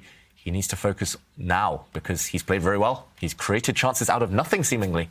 And it's actually Wesley who needs to come up with answers in this exact moment. And that's one of the hardest things to do as a chess player, is to forget what has just happened, especially when you know that you had a big opportunity and you let that slip. To forget that, to leave that behind and focus on what's in front of you is definitely a big challenge. And in this format, it doesn't get any easier. So we see a decision to trade on b4. The big question to my mind here is, Robert, David, what is White's idea if Black does go f5? I want to trap that bishop on e3. I want to go f4. Your knight on d2 is hanging. How are you responding to f5? Yeah, Wesley hasn't gone for it yet. He's holding back. It feels as if he's still trying to play with the break on. But you're right, Tanya, this is on tap anytime you want it. For example, if White does mess around with a seemingly kind of useful move but not doing too much, then this is definitely going to be one idea for Black. The knight suddenly has to move just to create some squares for the bishop, perhaps, to retreat. But this is really kind of not what you want to see. You don't want to start pushing pieces back. So instead, Ralph continues with the plan he initiated a couple of moves ago, landing his knight on e4, and Wesley immediately lands his own knight on this very nice square, hinting at simply grabbing pawns back. We see the issue with what Ralph did. He brought his knight to d2. He centralized his knight. How could you possibly complain about that decision? But when Black played the move pawn g5 to g4, David, your instinct, I think, was correct to drop the knight towards the rim to attack that pawn and induce the pawn up to f5. Because if that black pawn were already on f5, the knight couldn't hop there. What's that knight doing? It's attacking not just the bishop on e3, but the pawn on h4 and the pawn on h6 all at the same time. Black can bring the king up to f7 as well. The rook can still go up to d3. White is up a pawn, but it's doubled pawns on the c file, not making progress just yet. I think Wesley makes it look easy sometimes. He made probably an objective mistake by giving up a pawn, but practically speaking, it's looked like he's had no issue since then. Yeah, if we think about simple positions or endgames or certain positions where there are simple plans, Wesley, I think he's number one in the world. Maybe with Magnus Carlsen up there too. It's just, he makes it look so straightforward, as if, how did you not see this earlier? How did you not understand this plan? He's so consistent once he finds an idea, and he's going for it now. It's very hard to hold everything together for White. I don't see how White is actually hold on to that extra pawn. You're threatening to take on h4. You're threatening to land that knight on f3 with a devastating check. The only way that I can see White creating any play is to take advantage of the open a file, shift that rook from the center now all the way across the board, go to a1, start targeting the 7th rank, the pawns on the 7th rank. The h4 pawn is dead and gone. Yeah, you just have to say, bye-bye, I'm going to give you a pawn back, and you have to activate those white pieces. But 2 minutes now for Ralph, 5 for Wesley. It's not looking promising in terms of a fight back anymore. Just 1 or 2 slips, and that's all Wesley needs. Well, this is looking tough. I don't envy him in this position. And the white king is actually wide open. There are plenty of checkmating attacks. If we go for Tanya's line, if we can just show a few moves, that would lead to a forced checkmating sequence. Let's say the rook slides to a1, the black knight takes on h4, the rook goes up to a7. Great, you're threatening those pawns. But in comes the rook to d1 with check. The king has only one safe square on h2 because the knight covers g2. The knight hops into f3 with check. And no matter where the king goes, up to g3 or over to g2, rook g1 is check and mate. So remember this configuration. With a knight on f3 defended by a pawn, once the rook slides in, it is going to be a mate against the white king. So I think that Wesley has this all under control. Yeah, it's looking like Black's pieces, they're just coordinating so well right now. It looks odd in a way because this knight is paralyzed, it's stuck, just blockading a pawn. But the rest of Black's pieces, the rest of the structure is perfect. And wow, we're all reacting here in the studio because Ralph is maybe out of desperation, sacrificed a piece. Whoa. He's given up his knight just for a couple of pawns. And wow, okay, he's created a pin. This surely can't work. But that's a one-move pin. You just sidestep it, defend your knight on f6, go rook to f8, and how does White continue there? I guess there's another pawn up for grabs. This pawn can also be captured. He's just gambling here, Ralph. He knows he's in a must-win situation, and he's saying, okay, I don't care about pieces, but I guess this pawn will be taken, and the black knight steps back, defending its fellow here. It's hard to believe, I've got to say, that White has enough for the piece. But you do have 3 pawns, even if they are ugly double pawns. And it gives you chances, because a lot of the other variations, you may not lose the game, but you're certainly not going to win. This gives Wesley some room to go wrong, and that's all you can ask for at this stage of the game. So objectively, you see the evaluation bar saying, come on, what is that? But from Ralph Mamedov, a draw equals a loss. You might as well go down swinging. Yeah, I've got to say, the more I look at it, the more I like it. He's definitely taking chances, but that's the only way you win games at the top level. You have to take big risks. And from a human point of view, Wesley will no longer feel in control. He's suddenly on the defensive and he has to hold things together. He goes for Tanya's move, defending his knight here. But now another pawn will disappear. There we go. Another pawn drops. And suddenly, Black still on the back foot. I still believe Wesley's defensive resources are more than sufficient here. But yeah, from a human point of view, a good practical decision from Ralph. If they switch the times, then Ralph would have a legitimate chance. But unfortunately for him, it is Wesley up 3 minutes on the clock. So worst position, time management not there for you. So Wesley does have things under control. He is so strong in positions just like this. Yep. And at least his job is easier now, Wesley, just pure defense. He's done the hard work. He's material up with this black knight. Extra black knight. But Ralph, he's going for all the pawns. This is very greedy, I've got to say. But will the greed pay off? Black's knights, once they coordinate, will actually form quite a devastating attacking threat against the white king. And actually similar patterns to the one Robert pointed out earlier might occur on the board later if White gets greedy and goes with his rook to capture that black g-pawn. in the near future. First, Ralph just advancing and trying to improve to the maximum, and then he'll go pawn hunting. They are fighting to save a spot on the winners bracket to face Hikaru Nakamura in the winners semifinals tomorrow. The loser will be knocked down to the losers bracket in this double elimination format to face Gukesh in the losers round 1 tomorrow. Now, you guys at home are fighting to win an Airthings device. Keep sharing your selfies on Twitter using the hashtag #ChessChamps, preferably in landscape mode. We want to know where in the world you are following the action, where you are watching the chess, who you're watching it with, and the most creative selfie will get a signed Airthings device. Magnus Carlsen has signed some of these devices, and we will send one of them home to a lucky viewer. Yeah, and meanwhile, the pride and joy of White's position has disappeared. That passed H-pawn, the front one, the H6 pawn, it's disappeared. Not only that, but another set of pieces have been traded off. So it is currently Black having a knight, White having 3 pawns in return, material equality.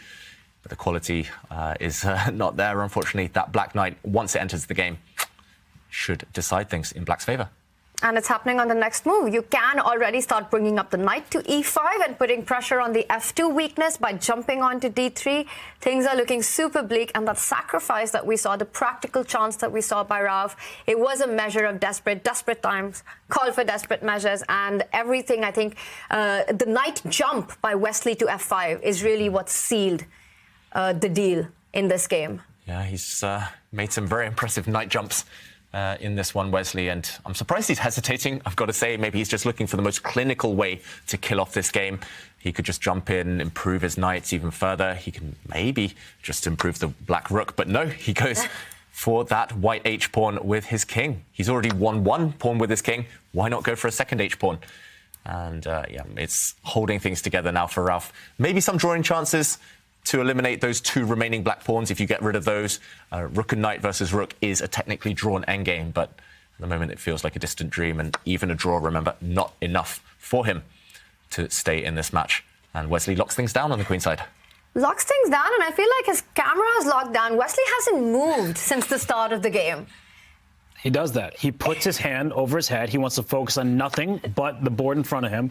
And right now, he's showing why in the end game, you can use your king as a weapon. It doesn't just need to be defended. That king is out in the open, but it's going after White's vulnerable pawn. So great performance by Wesley So in this game.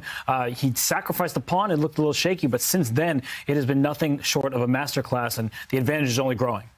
Yeah. He could pick up the pawn. Yeah, he could just pick up a pawn with his king right now. I don't think there's any mating ideas. That Black king is safe enough.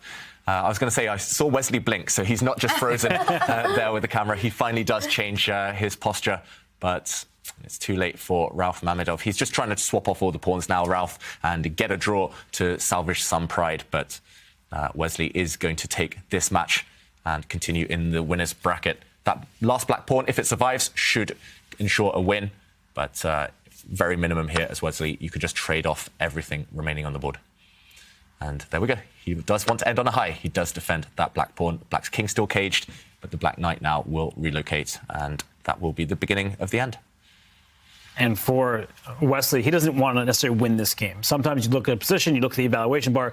How could Wesley make a draw? He's completely winning. If he sees a 3-time repetition, he's taking it, because all he wants is to make it through to the winner's semifinals. He wants to play Hikaru Nakamura tomorrow. So the win in this game, it doesn't mean anything to him. Let's just secure the match. Yeah, and we saw that from Carlsen and Nakamura, that professional approach. Both of them took draws in positions of strength in the 3rd games of their match just to secure match victory. It's all about the next round. The end goal is to win the Airthings Masters. The end goal is not necessarily to win this game. So I think you're right, Robert. I've seen Wesley do it plenty of times before. Take the safe approach. And meanwhile, the Black rook starting to get to a more active square eventually. I don't really see any hope here for White to win this game. He's advancing with his king, maybe hinting at some checkmate attacks against the Black king. You've got to be slightly careful if the White rook steps up. There's a mate in one threat if it slides across to h7. The Black king is trapped, but you do have a move, a valuable move for Wesley to break this construction. I'm expecting the Black knight to jump back, check, hit the White king, force it away, and no more cage for the Black king. Actually, even after the check, once the White king does step forward, White is still threatening a mate on h7. So what Black wants to do with this check is give a check on d4 as well, and keep checking that White king. Yeah, there's always a glimmer of hope as long as you've got a checkmate threat on the board. So we did see a couple of checks. The Black Knight. It's like, wait, that is not legal. Don't fall into it now. It's still there, the threat. Of course, Wesley has spotted it, and the repetition. It begins. And I think Ralph can only avoid the draw now if he goes forward with the White King, but that would also be playing for a loss. He knows his chances of progressing in this match are gone. But now it's Wesley who doesn't go for the draw. Surprise. Robert, I was about to say you predicted the future, but no, he's playing on. I'm shocked because he doesn't need to win this game. He could have just ended it with a repetition. Instead, he brings his king back, and maybe he's enjoying the fact that he's a better position because in the 3 prior games, it was really deadlocked. And in fact, in game 3, Ralph Mamedov had the advantage. So for Wesley, perhaps it's a moment to enjoy before he goes and plays Hikaru-Nakamura tomorrow. Yep. And often on the first day of tournaments, it's nice to play a long day. I know it's tiring, but you feel fully warmed up. You feel kind of back in the zone. So Wesley's kind of pushing this. The long game here, I feel, will benefit him in days to come. And meanwhile, Ralph just keeping the pressure on, keeping an eye on that black c6 pawn. Not going to help, but he's trying. Now Wesley's down to 24 seconds. Is he regretting not just repeating the moves and wrapping up the match? Just get out of here. Take the draw and move on. Yeah, surprising. What's Wesley thinking about? Okay, 14 seconds. And only 3 seconds increment, remember. He's 10 frozen. seconds. Okay, he made the move there. He does give another check. He's still on tap, that type of repetition, if you kind of perpetually check that White King. I think we're going to see it now, David. I think the knight will jump back to d4, will jump back to e6 if required, and... Surely a draw. But no, he plays for the win again. Keeping the game going, Wesley So. What is he doing? This is Wesley 2.0, but it just feels so unnecessary right now. Feels like you're playing for a loss, if anything. And remember, if he loses, we will see Armageddon. Is there a chance Mamedov will win this game still? Wesley still has to go completely crazy for that to happen. But he's made some strange decisions. And, OK, he's getting checked back to the edge with his king. The white pawn is advancing. He's down to 13 seconds when he had the draw in his hands.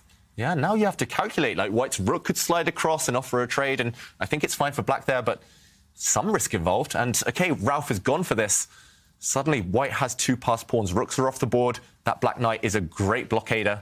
Under control still for black. Should be a draw once that black pawn drops off the board. But Wesley, he played it a bit close to the line there. He took some risks, unnecessary ones. And it's surprising from Wesley So, because he doesn't do that in events where he really needs to win. And so when he doesn't need to win, he's suddenly deciding to take that risk. But you might be right, David. It's day 1. He's just saying, let me get into tournament shape. I'm going to win this match, and I have an objectively better position. It's about to be a draw. The knight checks the king. It's going to win this pawn on d7, and then the last pawn is stopped. We see knight and king versus king. You cannot win that. It is a draw, and that means Wesley So moves on. Wow, it is over. After 4 games, Wesley So wins this matchup. In the quarterfinals, he stays on the winner bracket to face Hikaru-Nakamura tomorrow. In the winners' semifinals, Ralph Mamedov is knocked down to the losers bracket and will play Gukesh tomorrow in the losers round 1. Feels so harsh to say losers about these fantastic players. But that's double elimination. Winners bracket and losers bracket. Yeah, you can call it the lower bracket. Yeah. It makes you feel better. But no matter what, you lost today's match. You only have 1 match to spare. If you lose again, you are out of this tournament. So tomorrow's a new day and hopefully a new result for those who lost in today's matches. Yeah. And Wesley So, he is one of the favorites in the tournament. He finishes off with a draw in this game, winning 1 game today to win the match. And this game... Was there any drama happening, David? There was, and Ralph did try his best. Full credit to him for taking chances and at least attempting to throw Wesley off balance. And I want to compliment Ralph's choice here by giving up a piece. This is very difficult for any human player to give up material, but you have to take your chances. You have to create threats and give your opponent a chance to go wrong. It had already gone a bit wrong for Wesley So, but he'd recovered, he'd stabilized, and we were pointing out already some nice variations for black, including going for the white king, some potential mating attacks. Ralph tried to change the momentum, another important factor when you're trying to win games, by sacrificing a piece, but unfortunately it didn't work. And he created a pin. Double threat here, a pin along this diagonal and this black pawn on e5 about to drop off. But Wesley now, as usual, he defended everything, he held everything together, and rook takes pawn, he just dropped his knight back. The rook defends the knight defends every square the white rook wants to use, and just 2 moves later, we saw the beginning of the end. Black was able to hoover up this pawn and slowly but surely guide the game towards safety.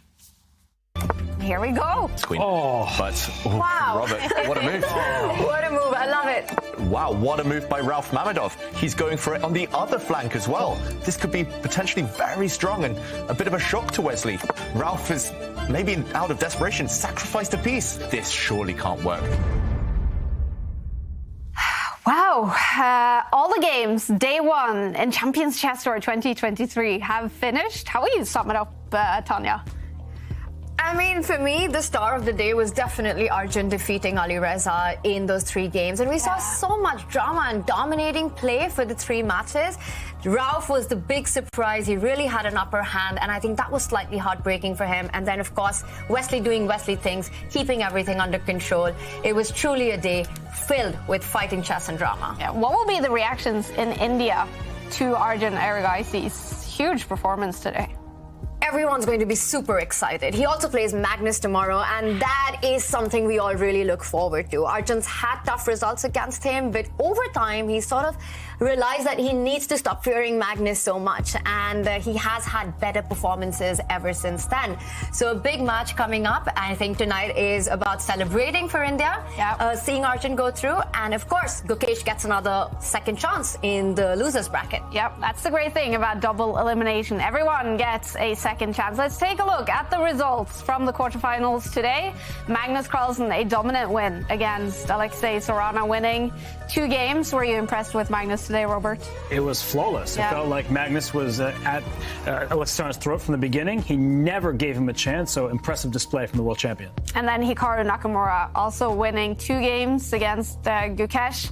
What can you say about Hikaru's play today, David? It was classic Hikaru, smooth, polished, very classy and very controlled. Gukesh did throw everything at him, but unfortunately it just wasn't enough. Hikaru in top form. Yeah, and then 3 wins for Arjun Erigaisi against the other teenager, Erigaisi-Firouzja, to win that match. Wesley So getting that 1-game win he needed to knock Ralph Mamedov down to the losers bracket. And let's take a look at the bracket. Double elimination format this season on the Champions Chess Tour means Magnus Carlsen stays on the winners bracket to face Arjun Erigaisi in the winners semifinals tomorrow. Wesley So and Hikaru-Nakamura in the other winners semifinals, also to be played tomorrow. That is best out of 4 rapid games. On the losers bracket, Sarana against Firouzja, that is best out of 2 rapid games. And Mamedov against Gukesh, best out of 2 rapid games. I have to ask you, Robert, Wesley So against Hikaru-Nakamura, American battle. You do hold us a favorite in that one. I think it's a complete toss-up. I know that's a cop-out, it's a cliche, but Wesley So is so difficult to beat. And for Hikaru-Nakamura, if he's thinking about that semifinals loss at the Global Championship, that could kind of make him feel like he needs to win, lose some objectivity. So I really see that both players having their chances. They've had impressive days today. Hikaru played the better chess, but tomorrow is a new one. Yeah. And then Tanya, Arjun Erigaisi, he was crushed by Magnus Carlsen in the final of the Julius Baer Generation Cup last season, but he must have so much confidence going into that semifinals against Magnus tomorrow. 100%. And also the fact that he made it to the finals of the Julius Baer Generation Cup. That is a huge deal as well. And I think it's going to be very critical for Arjun to just forget that he's playing Magnus and try to keep that aside. He needs to keep control on the clock, make sure that he doesn't fall a lot below, a lot behind Magnus, come up with some good opening ideas. He needs to do everything right because that's what you need to do if you have to beat Magnus. Yeah.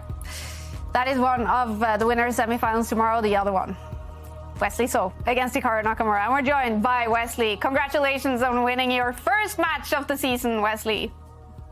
Hi, thank you very much. It's good to see you guys again.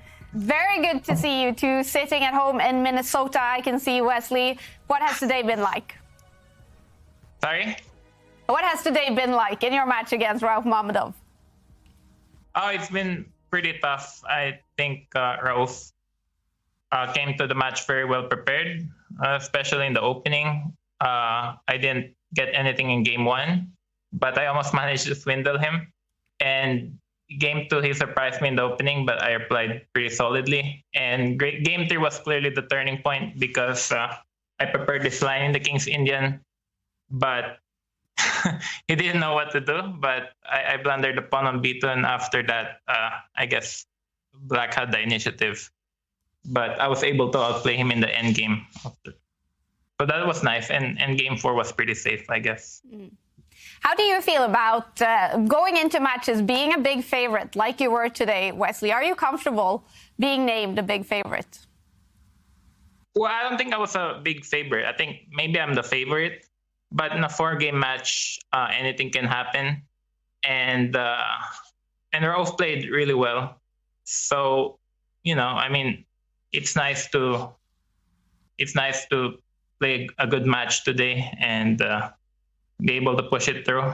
But I mean, of course, tomorrow I'll have a tough opponent on Hikaru, and I'm sure he'd want to have his revenge from the Global Chess Championship a few months ago. Yeah. So it's going to be interesting. I think today I was able to get some positions that I like, and I was able to push it through.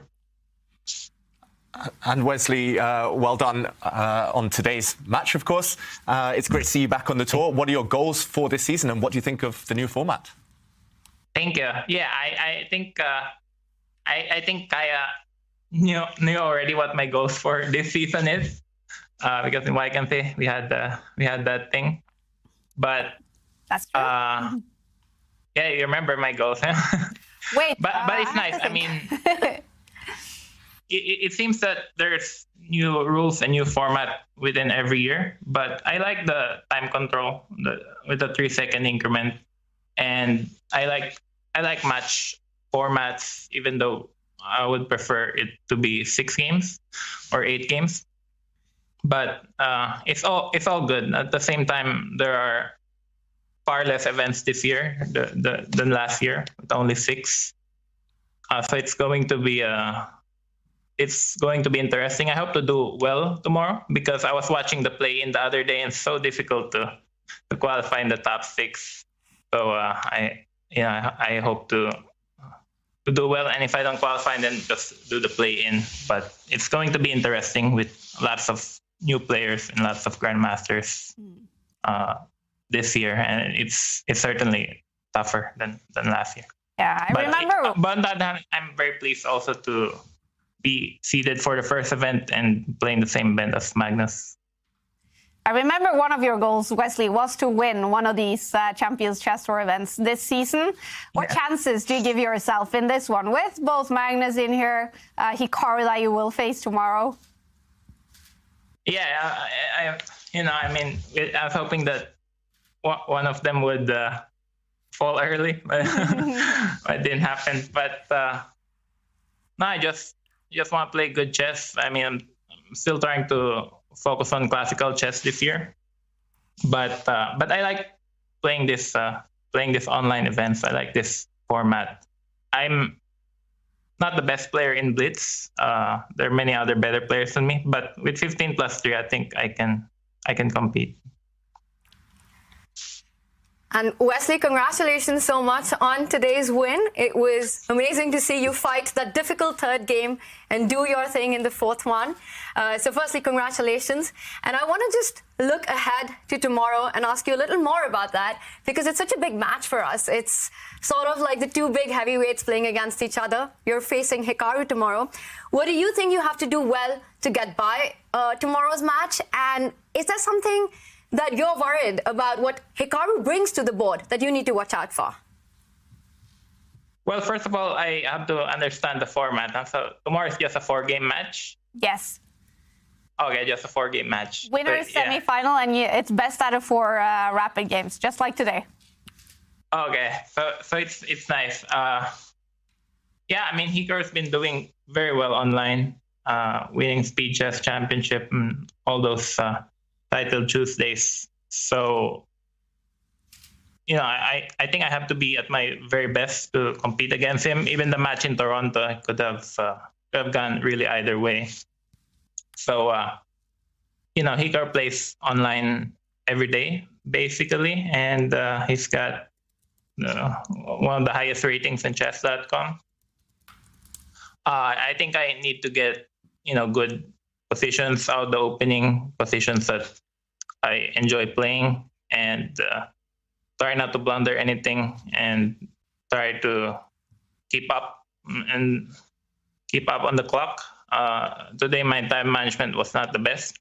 And I'm also very impressed by the fact that, Hikaru won today in 3 games.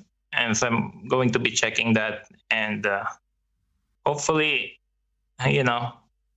history repeats itself like from before. Yeah. What a match it's going to be. We're already looking forward to it, Wesley. Big congratulations on your match win today. And good luck tomorrow as well. Yeah, thank you, guys. Thank you so much for joining us. Wesley So, 1 out of 4 winners today, who stays on the winners bracket. Tomorrow he will play Hikaru Nakamura. And we're going to announce another winner. One of you guys at home who shared a selfie on Twitter. And here we have the winner. It is Mike D, is it? Yeah. Watching from work with my party Popper. I was going to say pooper, but cheering for Wesley. P.S. Would love to know my workplace air quality. Well, Mike, now you can. We're going to send an Airthings device to you. It's going to be signed by Magnus Carlsen, and you can use it to measure air quality in your home. Air quality has been good in the studio today. It's been the very first day of the Champions Chess Tour 2023 season. How will you sum it up, Robert? Has it been good? It's been amazing. We've seen some of the best players in the chess world kind of crush some of the upstarts in the chess world. And then we also saw some mesmerizing finishes. Wesley So kept us on the edge of our seat. He makes it through the semis to face off against Hikaru Nakamura. That'll be really exciting tomorrow. Yeah. And tomorrow we will lose the first 2 players, David. 2 players on the losers bracket. They will lose their matches and be knocked out. What do you expect from day 2 of the Airthings Masters? I think any player who is at risk of going out will want to go out in style, and I expect more of the same. Those in the losers bracket, they're shorter matches, just 2 games, but I expect more of the same. Today, everyone was going for the full point in every battle, and I can't wait to see more. I'm so excited. And we have to remind you guys, there's also a Division 2 and Division 3 going on in the Airthings Masters. I'm just quickly taking a look at some results. Daniil Dubov has lost his match and is knocked down to the losers bracket in Division 2. You can check all of those results if you head in to chess.com and join us again tomorrow for day 2 of the Airthings Masters. The action continues and 2 players will be knocked out. Thank you so much for watching today, and we'll see you again tomorrow. Bye for now.